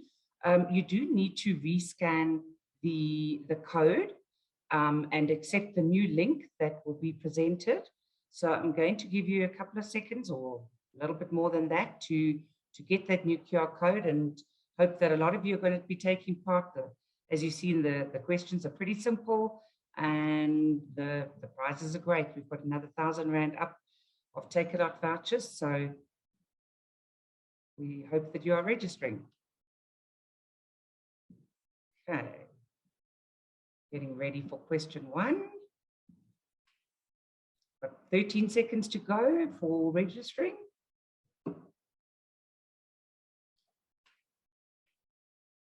Okay, let's see. Still got people coming in, so we're going to give you a seckie or two.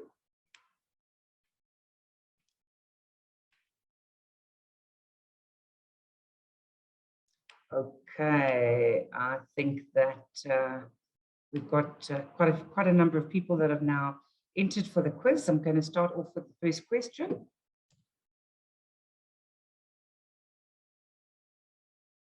Okay, so select the incorrect option for why choose Citrix ADC. You've got 25 seconds to go.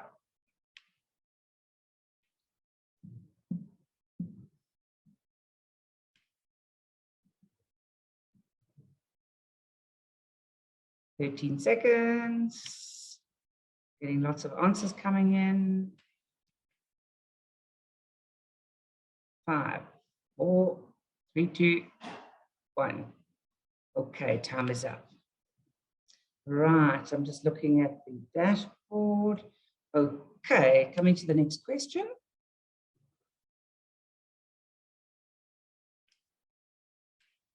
Right, select the correct ADC security feature.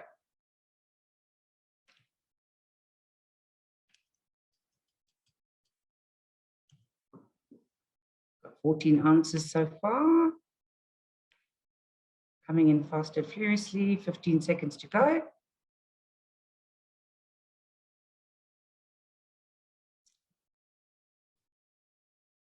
Okay, 5 seconds, 5, 4, 3, 2, 1. Okay, and the final question will be coming up. Okay. Last question in this quiz. Which forms part of the ADC portfolio?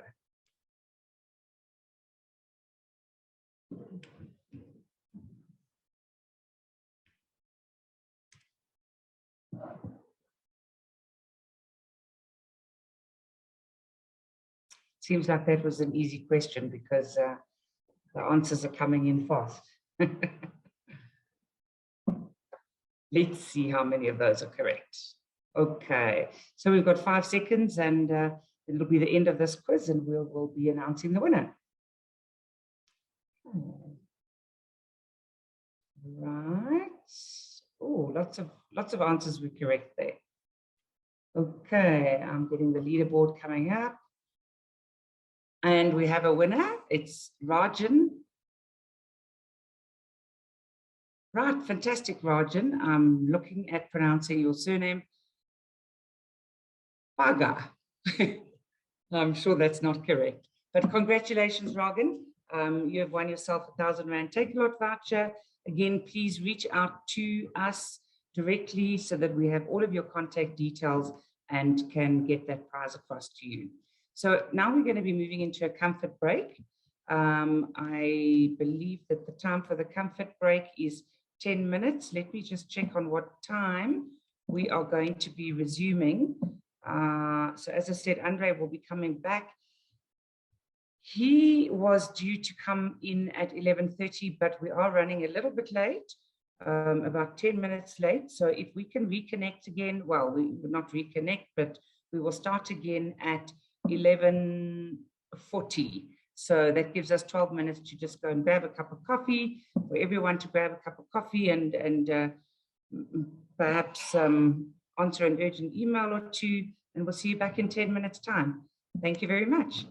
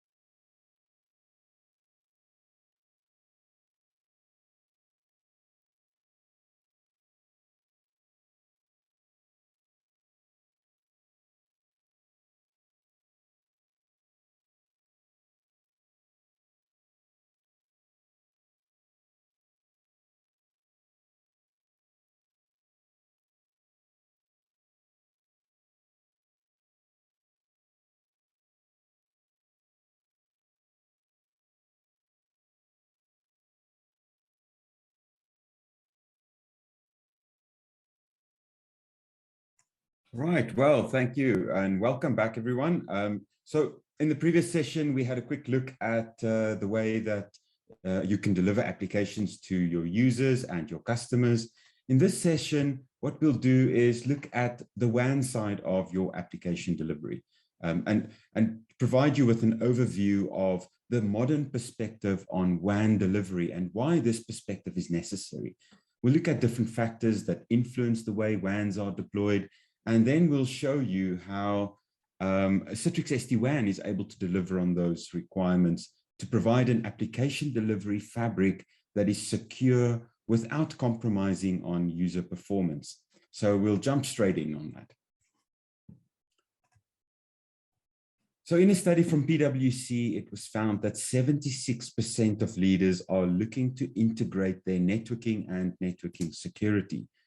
But Sans.org found that 44% of organizations find this lack of visibility to be a challenge, making the remote endpoint devices a likely attack vector, even when using VPN to access the network. And this remains a challenge. IDC found that 55% of enterprises report that their networks are not cloud ready and have a strategy to replace it with a model that is more cloud centric. All this adds to complexity and our existing infrastructures are already complex.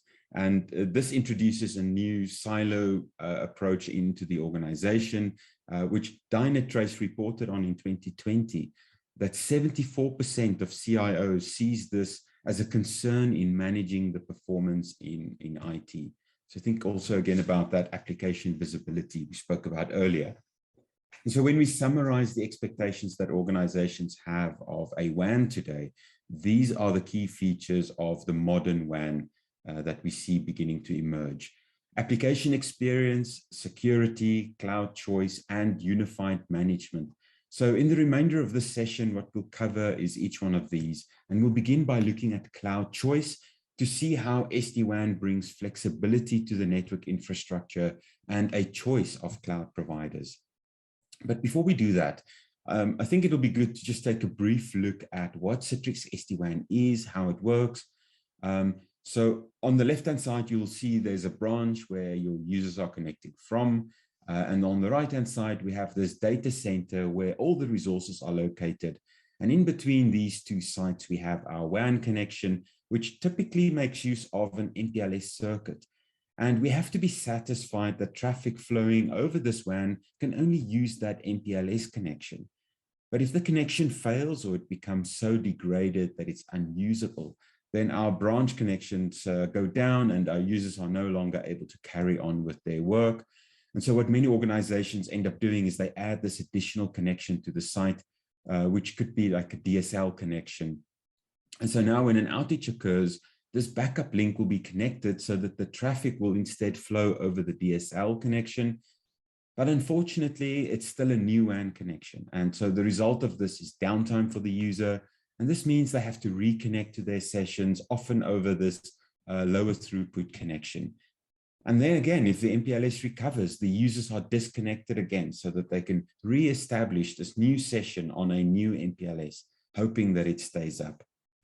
So with SD-WAN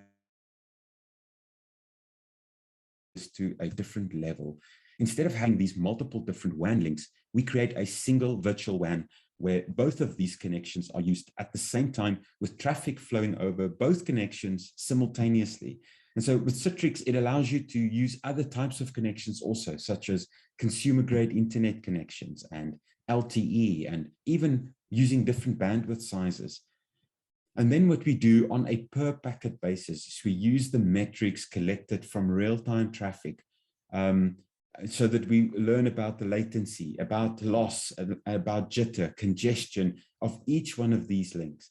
And we can make decisions on the best path to take per packet that we are sending. So think about Waze and Google Drive and and how it uses the different cars to determine the best route to take. This is what the SD-WAN solution does. And so now if a link fails, SD-WAN can detect that outage within 2 to 3 packets and react with a lossless failover. And even under these conditions, and with links that are typically unmanaged, we are able to apply bandwidth control, quality of service to those links, and we can make sure that time-sensitive traffic gets prioritized. But many of you may know that quality of service configurations can be fairly static. I realize this is quite technical, with both proactive and reactive actions taken. And if we take the road analogy, we sometimes set off just driving in a direction, and we don't know if there's going to be parking when we get there. And this is what QoS also lacks in our environment. So what Citrix SD-WAN does is we have an awareness of both ends of the link. So we call it dual-ended QoS. And what it means is that by the time you send off, you're off to your next destination. In the car analogy, you know whether there's going to be parking or whether you should turn around, and so that you are not turned around and have to drive around and causing more congestion on the road. Instead, what we have is we throttle the sender down so that by the time the packet gets to the other end, there will be space for it to park. And so streaming traffic across WAN links and steering those connections is not the only benefit that SD-WAN brings, because the internet is a big part of the way that businesses operate today. So when accessing those cloud-hosted resources like Windows Virtual Desktop, SD-WAN is able to steer that traffic directly from the branch to the cloud without having to go back into the data center, which really saves your users time and that latency. And again, coming back to the user experience. And in some cases, those user sessions running in a different platform, they need to be able to access resources in different locations. And so SD-WAN is able to direct that connection back into a data center for the same rate. And if the choice of cloud is Azure, then SD-WAN provides this ability to leverage Microsoft's global backbone network. So thanks to our partnership with Microsoft, Citrix is able to use this Azure virtual WAN and leveraging this hub-to-hub connectivity so that SD-WAN customers can leverage that backbone of the Azure network of over 100 gigabits per second backbone, VNet peering for data centers in different regions and so forth. So great functionality there. But virtual WAN may provide you with that lower cost IPsec connectivity. What many customers today choose instead is to actually run an SD-WAN instance in Azure. And so we refer to this as our VPX, similar to the ADC virtual appliance that you saw previously. This VPX is able to be deployed in a single-click on-ramp procedure with an automated path setup. And so benefits of this includes greater resiliency, a seamless failover, better visibility of application traffic, that dual-ended QoS, even when you are going into Azure, which is something many organizations don't have today. And so the VPX is also available in AWS Marketplace for speeds up to 2 gigabits per second. And just some of the features it supports here, as you can see, include the AWS Transit Gateway Connect, support for AWS Outpost, Amazon VPCs, BGP routing, and then features like cloud formation templates, SRIOV, Amazon CloudWatch, and so forth. So quite a lot of functionality. And this is also available in Google Cloud. So for those of you that are considering Google Cloud, high availability connections right into your Google Cloud VPC. So as with SD-WAN in general, it provides customers with better app control into the cloud with that auto QoS and deep packet inspection, to name just a few of those benefits. So that was cloud choice. This brings us to the second section on why SD-WAN is becoming our preferred solution. It provides application experience to improve the performance for your SaaS, your cloud, and your virtual applications. So SaaS applications that are cloud hosted across many geolocations often operate out of multiple points of presence. And so when a user tries to access an app, SD-WAN service will find that closest, fastest, lowest latency route to that closest POP, and then we'll steer the connection accordingly. And so from there, the connection can enjoy the benefits of that high-speed cloud backplane to connect the user to their desired SaaS application. And the same is true for things like Teams traffic. So we already provide the only solution to optimize Teams in a virtual environment. But with our Sd-Wan, we separate the voice traffic from that session and to steer the traffic in the direction that will provide it with the best conditions for a good user experience. A customer of ours experienced this firsthand recently. After migrating to Office 365, users experienced an increased latency in working in different cloud products. And this was largely due to a central internet breakout and DNS resolution that had to go via the data center. And they also had a proxy server in place to ensure that they had to go via the data center. And you know, for any of these connections, they had to traverse this for better security. So some users reported a latency of up to 50 milliseconds. So after installing Sd-Wan in all their branches and even the homes of some of their users, great for executives and call center, the experience improved immediately. So using APIs, our Sd-Wan is able to identify dynamically the closest front door and then choose the path that's best for the lowest latency, lowest congestion for that connection. And this direct access to the internet is established with a built-in firewall that runs on the Sd-Wan. So, and then along with Quad 9 for local DNS resolution, users would still need to access the internet via the proxy, but at least those specific Office 365 connections were now automatically added to the pack file to bypass the proxy. In this case, the company just had a policy of users having to connect via the proxy. And so with this integration, the majority of the users were now within a 30 millisecond window of an Office 365 front door, pardon the pun, giving them 3 to 10 times faster downloads, 75% faster Outlook performance, 33% faster PowerPoint, and 25% faster Excel. And this application-driven behavior is not limited only to Microsoft applications. Out of the box, the application engine on the Sd-Wan can identify over 4,500 different applications to distinguish bandwidth-intensive protocols, applications that contain content, applications with specific cybersecurity requirements, and so forth.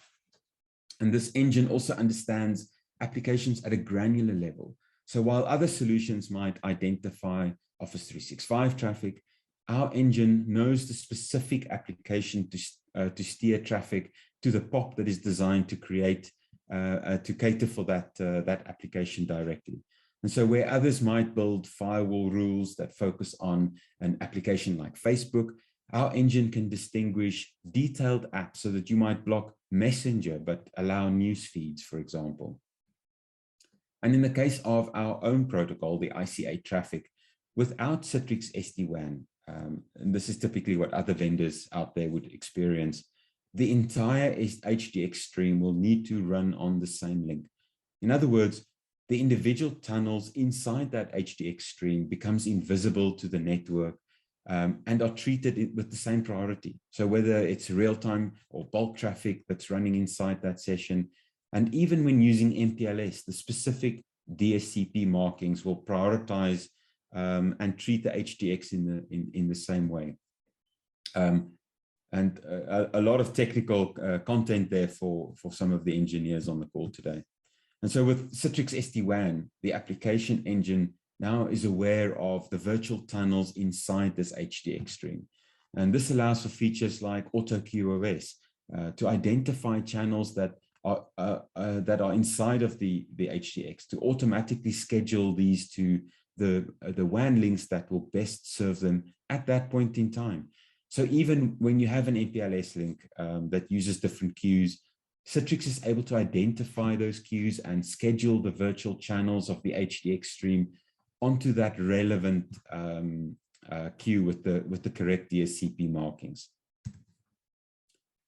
And so when there's more than one HDX session to handle, which of course is expected, other vendors would pin this traffic to a specific link or schedule the traffic without proper management of what's happening inside that stream. And this will lead to multiple sessions sharing the same link even if those links are not performing optimally. And in fact, one session may end up consuming more of the bandwidth than others. But with the Citrix SD-WAN solution, we use QoS fairness as well, which means when there's congestion, we ensure that no single session and no single user consumes more than their fair share of the available network bandwidth. And so this feature ensures that all users continue to enjoy an interactive experience when they are accessing those critical applications. So that was cloud choice. We've looked at how server at the server end and how application experience can be improved at the user end. But let's look at a little bit about security as well. So with Citrix SD-WAN, we offer you with two choices. We have a cloud-based security or an on-premises-based security managed out of the cloud. So in both these cases, branches are able to leverage the same connection for internet access as they are for WAN access. So starting with the on-premise security solution, on every SD-WAN appliance, we have a stateful firewall that is ICSA Lab certified. It's a built-in firewall that can be used on its own, or it could even be connected to a chosen security provider like Palo Alto or Checkpoint, for example. For more advanced security use cases, you can extend that onboard firewall with with an advanced edition that's more threat engine driven. So it would then include things like web filtering, there's intrusion detection or prevention, malware protection, or SSL inspection. And all of this then gets managed out of this unified interface. And as an alternative to the on-prem option, we also have the Citrix Secure Internet Access. Now, SIA can also run as an agent on your endpoint devices. We won't cover that in this session today, but from an SD-WAN perspective, SIA is this cloud-based traffic engine to which SD-WAN builds a secure tunnel for carrying internet traffic. And so leveraging off this advanced application awareness and path control, the SD-WAN can direct traffic to one of over 100 different POPs worldwide. And these could include links from at other branches as well, the ISP links at the branch. And so in branches where you have an SD-WAN already that has multiple links, the connection uses that SIA cloud, and it will be able to benefit from both links to just increase that resiliency on the internet connection. And now internet traffic is consistently secured for all the users at your branch, inspecting all the traffic and blocking threats based on the information from over 10 different threat engines globally. And then data is also segregated, so based on enterprise and based on the geo, so that one customer's data does not touch that of another. And each customer is allocated their own gateway for tenant isolation also. And this is good for the regulated industries where you need higher security. You may need a separate IP address where your users are coming from. You may want to upgrade your environment separate from other tenants. And this is what SIA is able to allow you to do. And bringing us to the final part of why customers choose our SD-WAN as their preferred application delivery fabric is the unified management.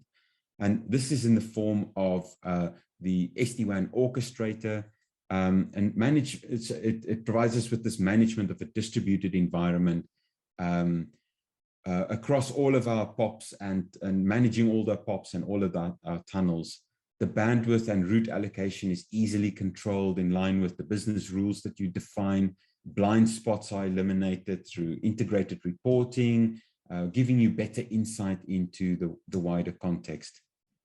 I don't know what our time looks like. I don't know if there's going to be time for a quick demo, but I wanted to just give you a quick demo of the SD-WAN orchestrator and what it's capable of doing, and how we are able to drill into different sites and actually look at the different metrics that we have available to these sites. Being able to define various policies like these are the security profiles I discussed earlier with the web filtering and intrusion prevention, anti-malware, SSL inspection, and all of those type of things, all managed out of this single interface, giving us a full view of our WAN environment. So networks today really exists for the delivery of applications. And with SD-WAN, you benefit from the decades-long experience that Citrix has in application delivery. And this includes best app performance with deep visibility and integration. We bring together the core networking capabilities such as QoS, but keeping the application in mind. We have a high performance and resilient SaaS app solution, even in the presence of internet variability and unpredictability. Integrated and comprehensive security services.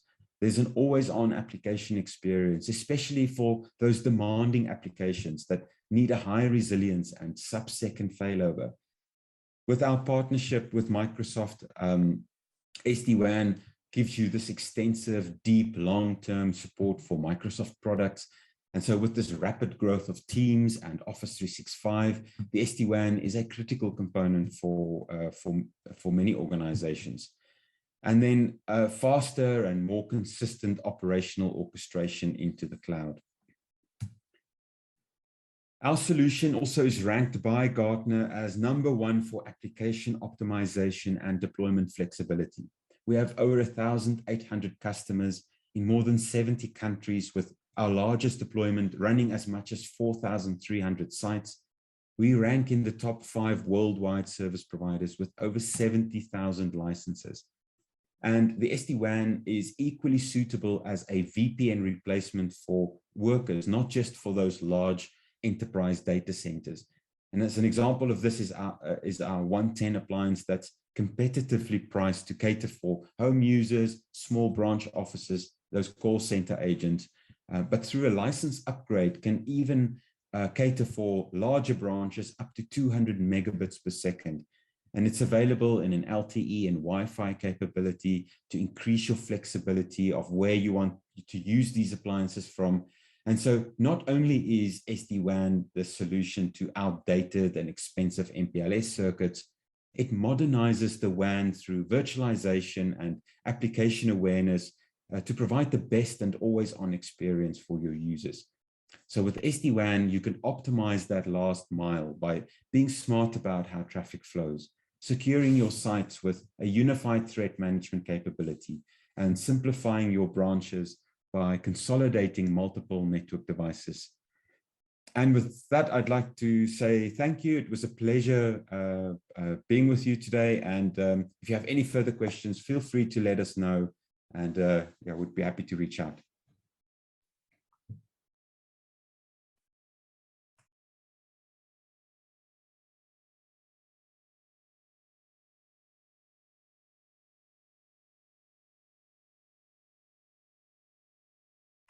And over to you, Anthony. Sorry, Anthony, we can't hear you. Apologies, sorry for that. Thank you. I was just going to say that the that security, flexibility, and user experience kind of came through on Andre's presentation as well, and those pillars are key across all of our different solutions. Thanks, Andre. So yeah, moving on to Citrix Analytics. I know we're running a bit behind, so I'll try and consolidate it a bit. So when you look back at the kind of Citrix security stack or Citrix technology stack, analytics sits right here at the bottom, and it's kind of key across all of these different technologies. And why it's important is it provides insights into performance, security, and usage of the workspace before the user logs a call. And this is where Citrix Analytics becomes an extended member of the team, alerting you proactively and taking remedial action based on guardrails that you put in place, and providing historical as well as real-time meaningful visibility into your services.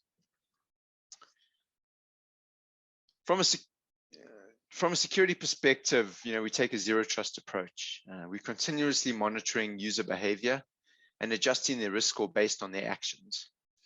We take preventative actions in our closed loop system so that the organization is protected from threats, both external and internal. With performance analytics, we generate a user experience score for each user and provide recommendations on how to resolve the challenges that users might be facing. And usage analytics provides the organization with insight into what users are using in the workspace so that it can be continuously adjusted to be more relevant to the workforce. Our goal of this analytics is to give IT the right information at the right time, really using the power of cloud AI and machine learning to sort through the noise. We do this by collecting data from all of our different points of presence. And, we've discussed some of these in the call today, things like Sd-Wan, our virtualization technologies, our ADCs, our endpoint management, our content collaboration. And then we kind of distill that down and correlate it based on user content, apps, and infrastructure. And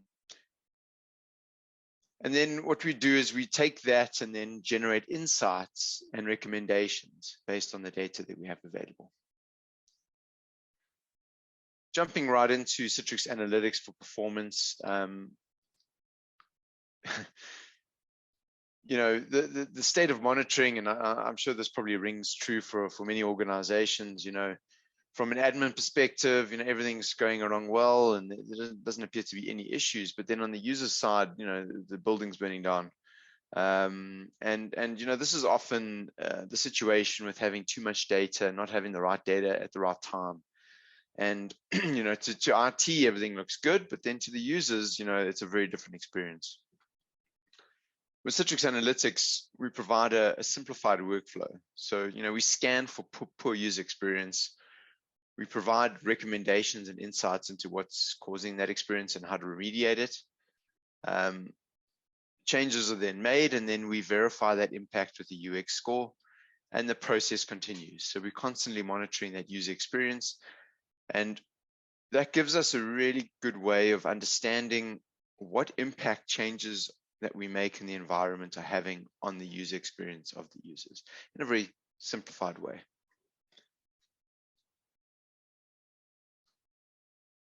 When we look at Citrix Analytics for security, again, we take insights from all of our different points of presence, and we collect that data, generate insights. But the difference is we can then automatically take actions in our different points of presence. And these actions could be as simple as sending the user a notification to ask them if they are the one logging in from a new location on a new device, and asking them to verify. Or it could be as hard as locking down the user from accessing the solution if we detect that there's enough risk indicators suggesting that there's a malicious attack. And what this does is it protects us in two ways. It protects us from malicious users. It may potentially a user's credentials have been compromised, and now someone else is using that user's credentials, or even an ignorant user where they've lost their laptop or written their password down on a piece of paper and someone else has found it. It gives us the ability to understand in each of these scenarios where the risks might be coming from.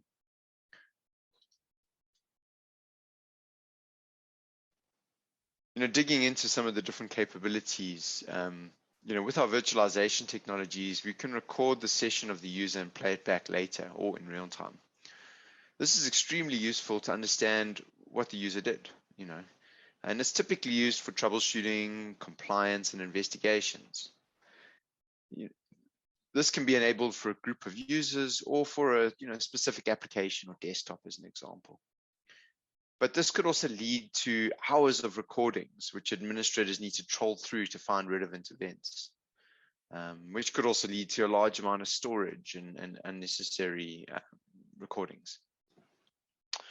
With Citrix Analytics, we can intelligently start and stop recordings based on a risk or a profile or a custom indicator that we've configured. And we then also provide the administrator with a point-in-time reference that correlates to that event. So that saves the administrator's time.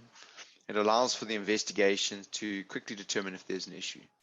So we can, more quickly get to the bottom of, is this a malicious attempt at the organization, or is it just, an anomaly? We also provide like an access assurance dashboard, which provides visibility into locations where users are connecting from. So we can define geofences to alert or take actions if the geofence is breached, as an example, and use this to raise the user's risk score or lock them out of the workspace completely. And this is really useful. You kind of get this world map view, and you can see all the locations that users are logging on from. So very, very quickly, you can see, is there someone or a group of users logging on from a location where they shouldn't be, which is a very useful information to have. And we can also get insights into the locations where the users are logging on from, like cities, and even filter reports by, city name or country to see, the users, the devices, and the applications that are being used in those locations. We've also got out-of-the-box risk indicators that come with the solution. So when it's turned on, it starts collecting those risk indicators. Or users can actually, or customers can go and create their own custom risks, which will then, be aligned to their own security requirements. And as a result, the user is very easy to turn on, but it's also highly customizable. And I thought I'd just give you a little example of how this works.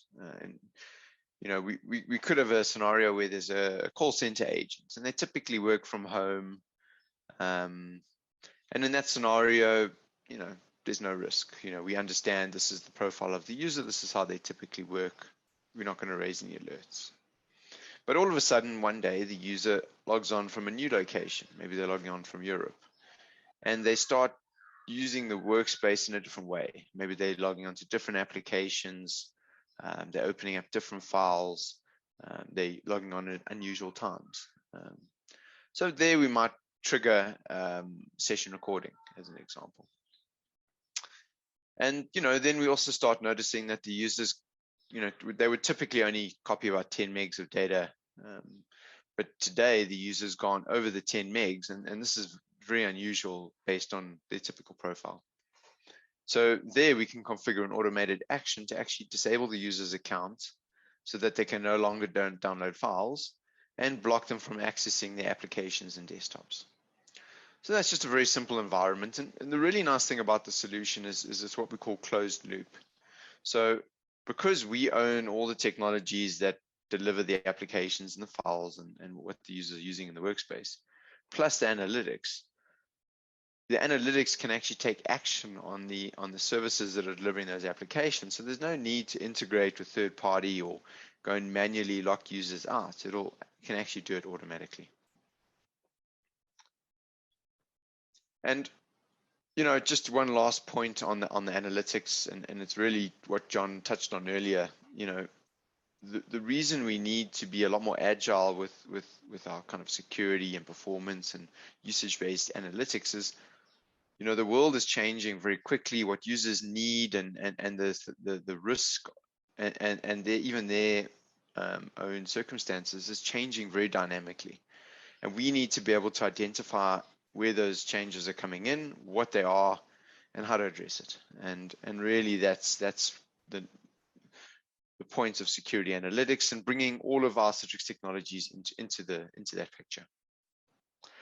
I'm going to jump straight into my next section, and this section really talks to what John was discussing around reimagining how we do things.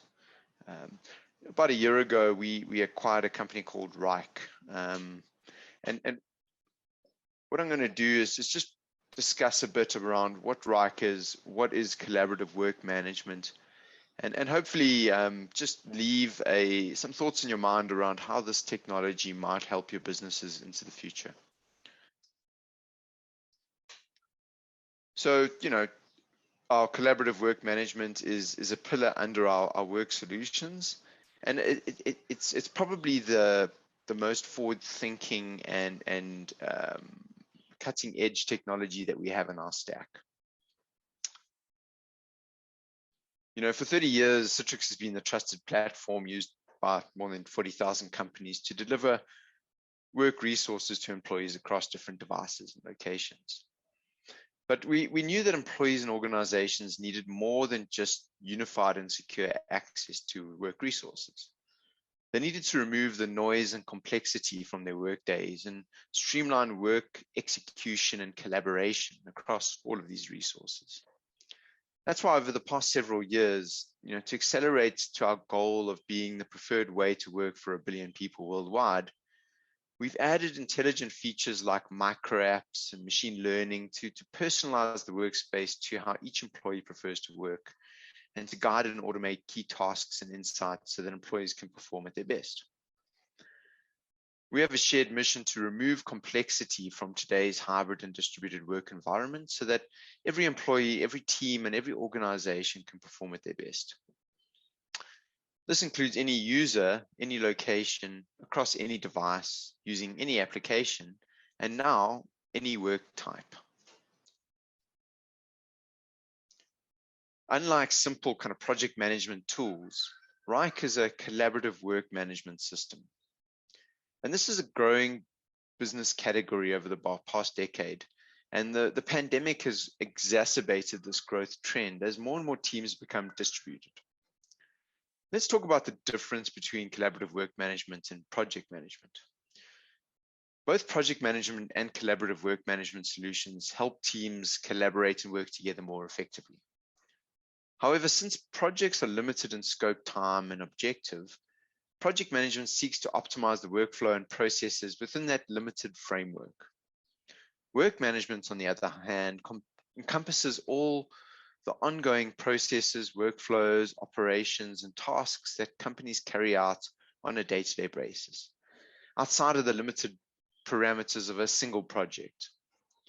Work management touches every employee and every function at every organizational level.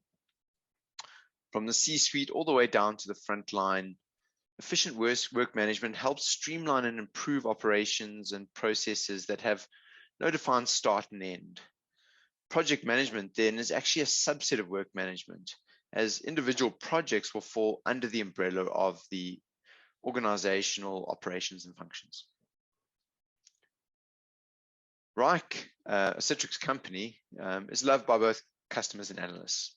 Forrester has been covering the collaborative work management space for longer than any other analyst, and Rike has been named as a leader in the previous 3 iterations of the WAVE report.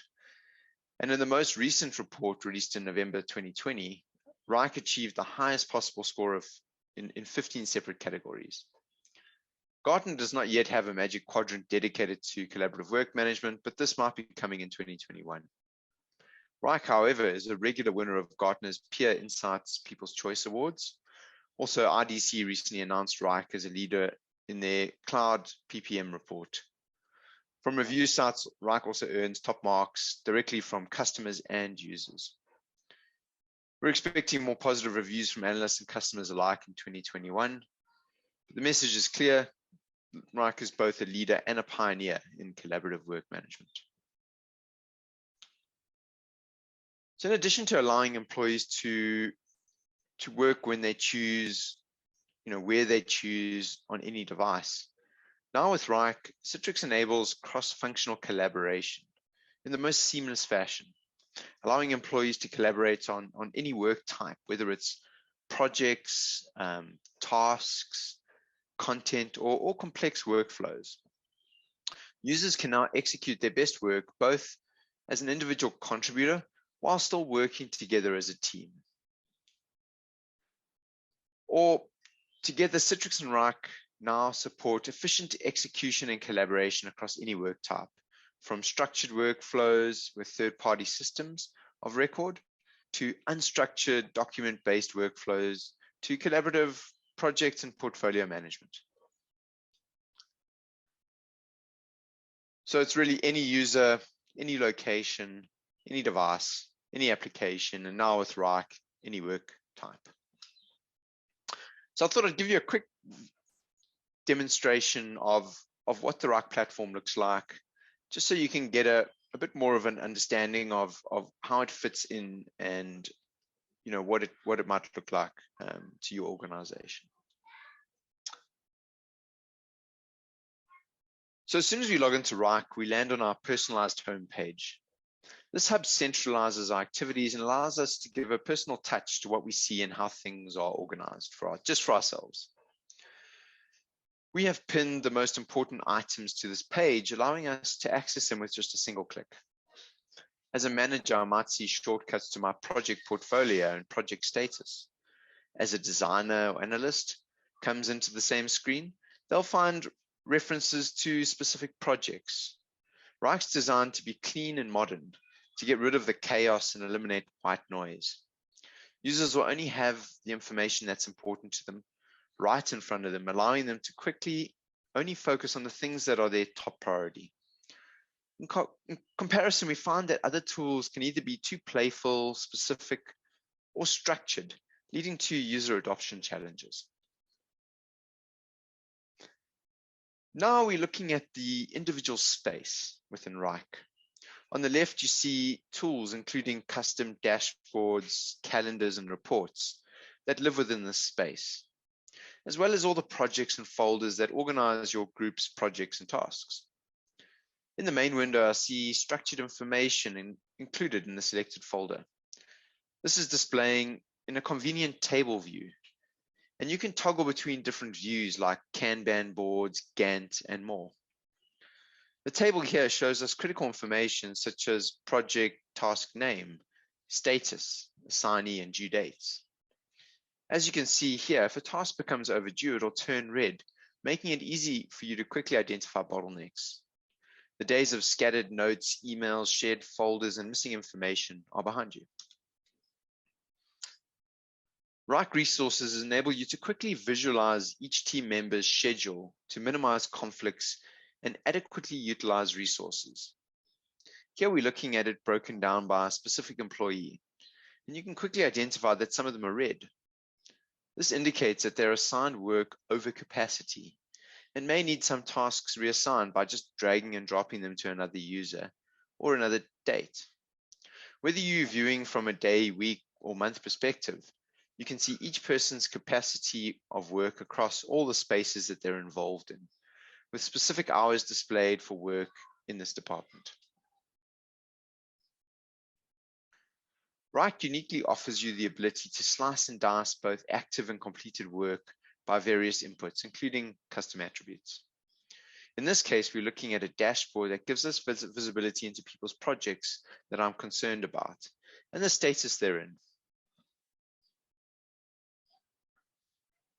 As we covered, Citrix and Rike empowers users to do their best work. I want to share with you how Rike can help you with your current Citrix project immediately. We understand that Citrix cloud migrations can take a lot of work for existing Citrix customers. They may have started on-prem and now they're looking to move to Citrix cloud. And there's some new tasks and activities that they might not be aware of. So here at Citrix, we've made it easier with Rike through what we call our custom TTU project template. Project templates are templates in Rike that you can use for specific activities. And as part of one of our first actions, we built these TTU templates to help our customers migrate from on-prem to the cloud. And what they are is basically a blueprint that's highly customizable that guides you through your transition to Citrix Cloud. You're able to plan, build, track, and roll out your Citrix Cloud migration with this template using Citrix best practices.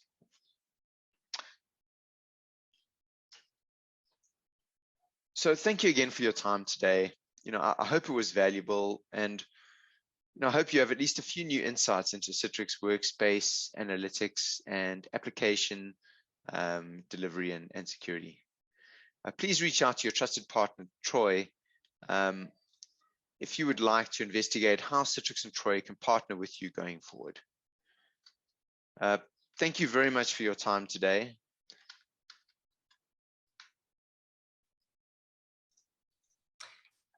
Anthony, I would like to say thank you to you guys for your time today, both yourself and Andre. I think that the content has been really, really interesting, and there will be a lot that will be very, very beneficial for many people on the call, many people that have attended.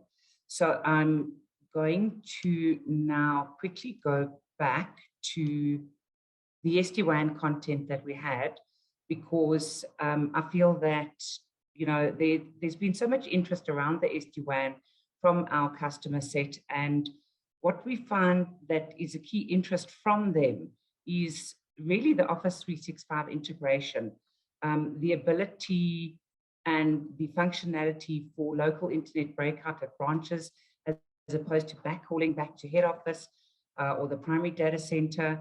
Obviously, what we have found out there at our customers is that reducing the cost of MPLS is really a key requirement and a key win for a number of our customers, as well as, you can't really discredit the extensive performance gains and security gains that you're going to get from the Sd-Wan solution.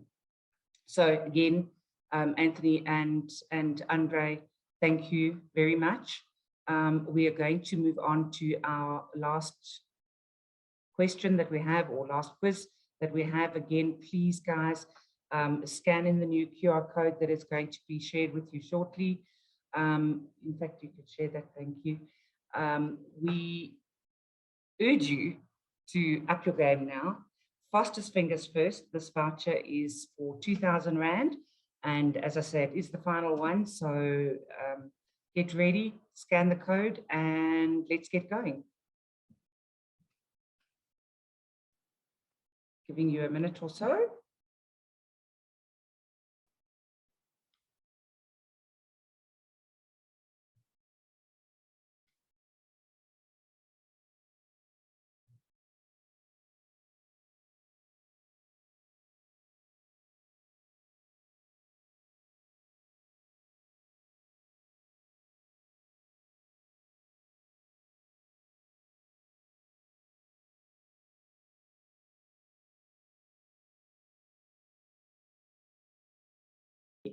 I was on mute there. Okay, we've got some people that have connected for the competition, but it looks like they're going to have quite a good time, because there's only about half the amount of people as the previous quiz. So yeah, good luck to those. Come on, guys, scan the new code and take a chance to get that 2,000 Rand voucher.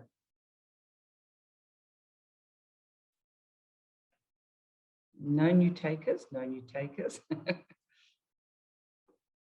Give it another couple of seconds.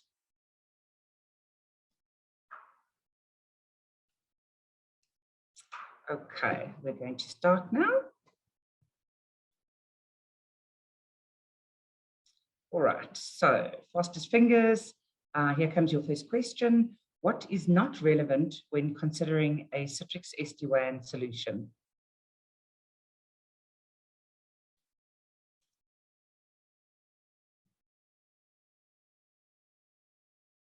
Right, I see that everyone did actually go very fast there, because, oh, hold on, there's one or two more. Okay, I think that's pretty much everyone who has answered that question.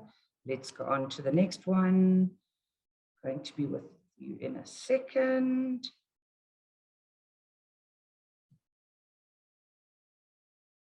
Okay. Which Sd-Wan model supports corporate Wi-Fi and LTE?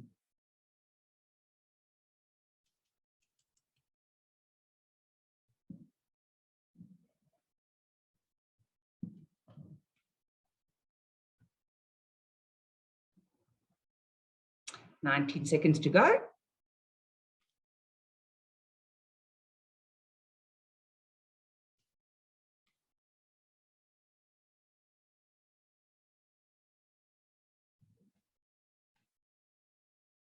Okay, we've got all the answers in from that one. Going to be bringing the last question up on the screen.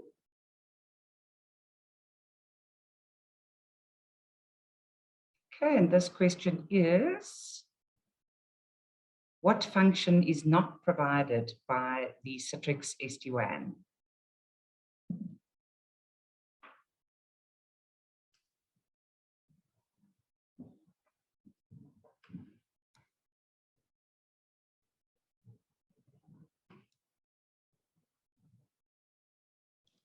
I can't get to the.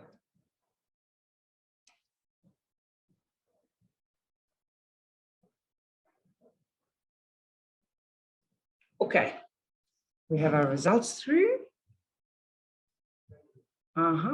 And we have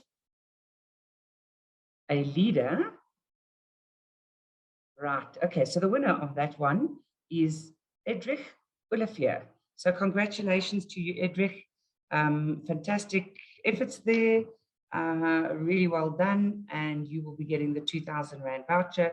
As per the other quizzes, please make sure that you reach out to us so that we can get the voucher across to you. Last but not least, we would like to have a look at the questions and answers. I think that a lot of them have been asked throughout the event and throughout the morning. But if there are any additional questions, please put them in the chat now. We'll also give you a minute or so and look forward to addressing those questions for you. Whilst we're waiting for that, I'd like to thank you all very much for attending the event and really to invite you to reach out to Troye so that we can have some one-on-one sessions with you to discuss your Citrix requirements, and hope that you found and really achieved a lot of value from today, and will be able to make use of the fantastic technologies that are available from Citrix. We would love to discuss your individual requirements and see where we can meet those requirements with Citrix. Okay, just having a look at the chat and the Q&A. No, all of the questions have been answered. So really, I think that that's a wrap for today. I know that it's been a long session and a hell of a lot of content. So absolutely those one-on-ones to look at the exact areas that you might need some help with in your business. Please reach out to us, and we look forward to having further discussions with you going forward. Enjoy the rest of the day, and again, thank you.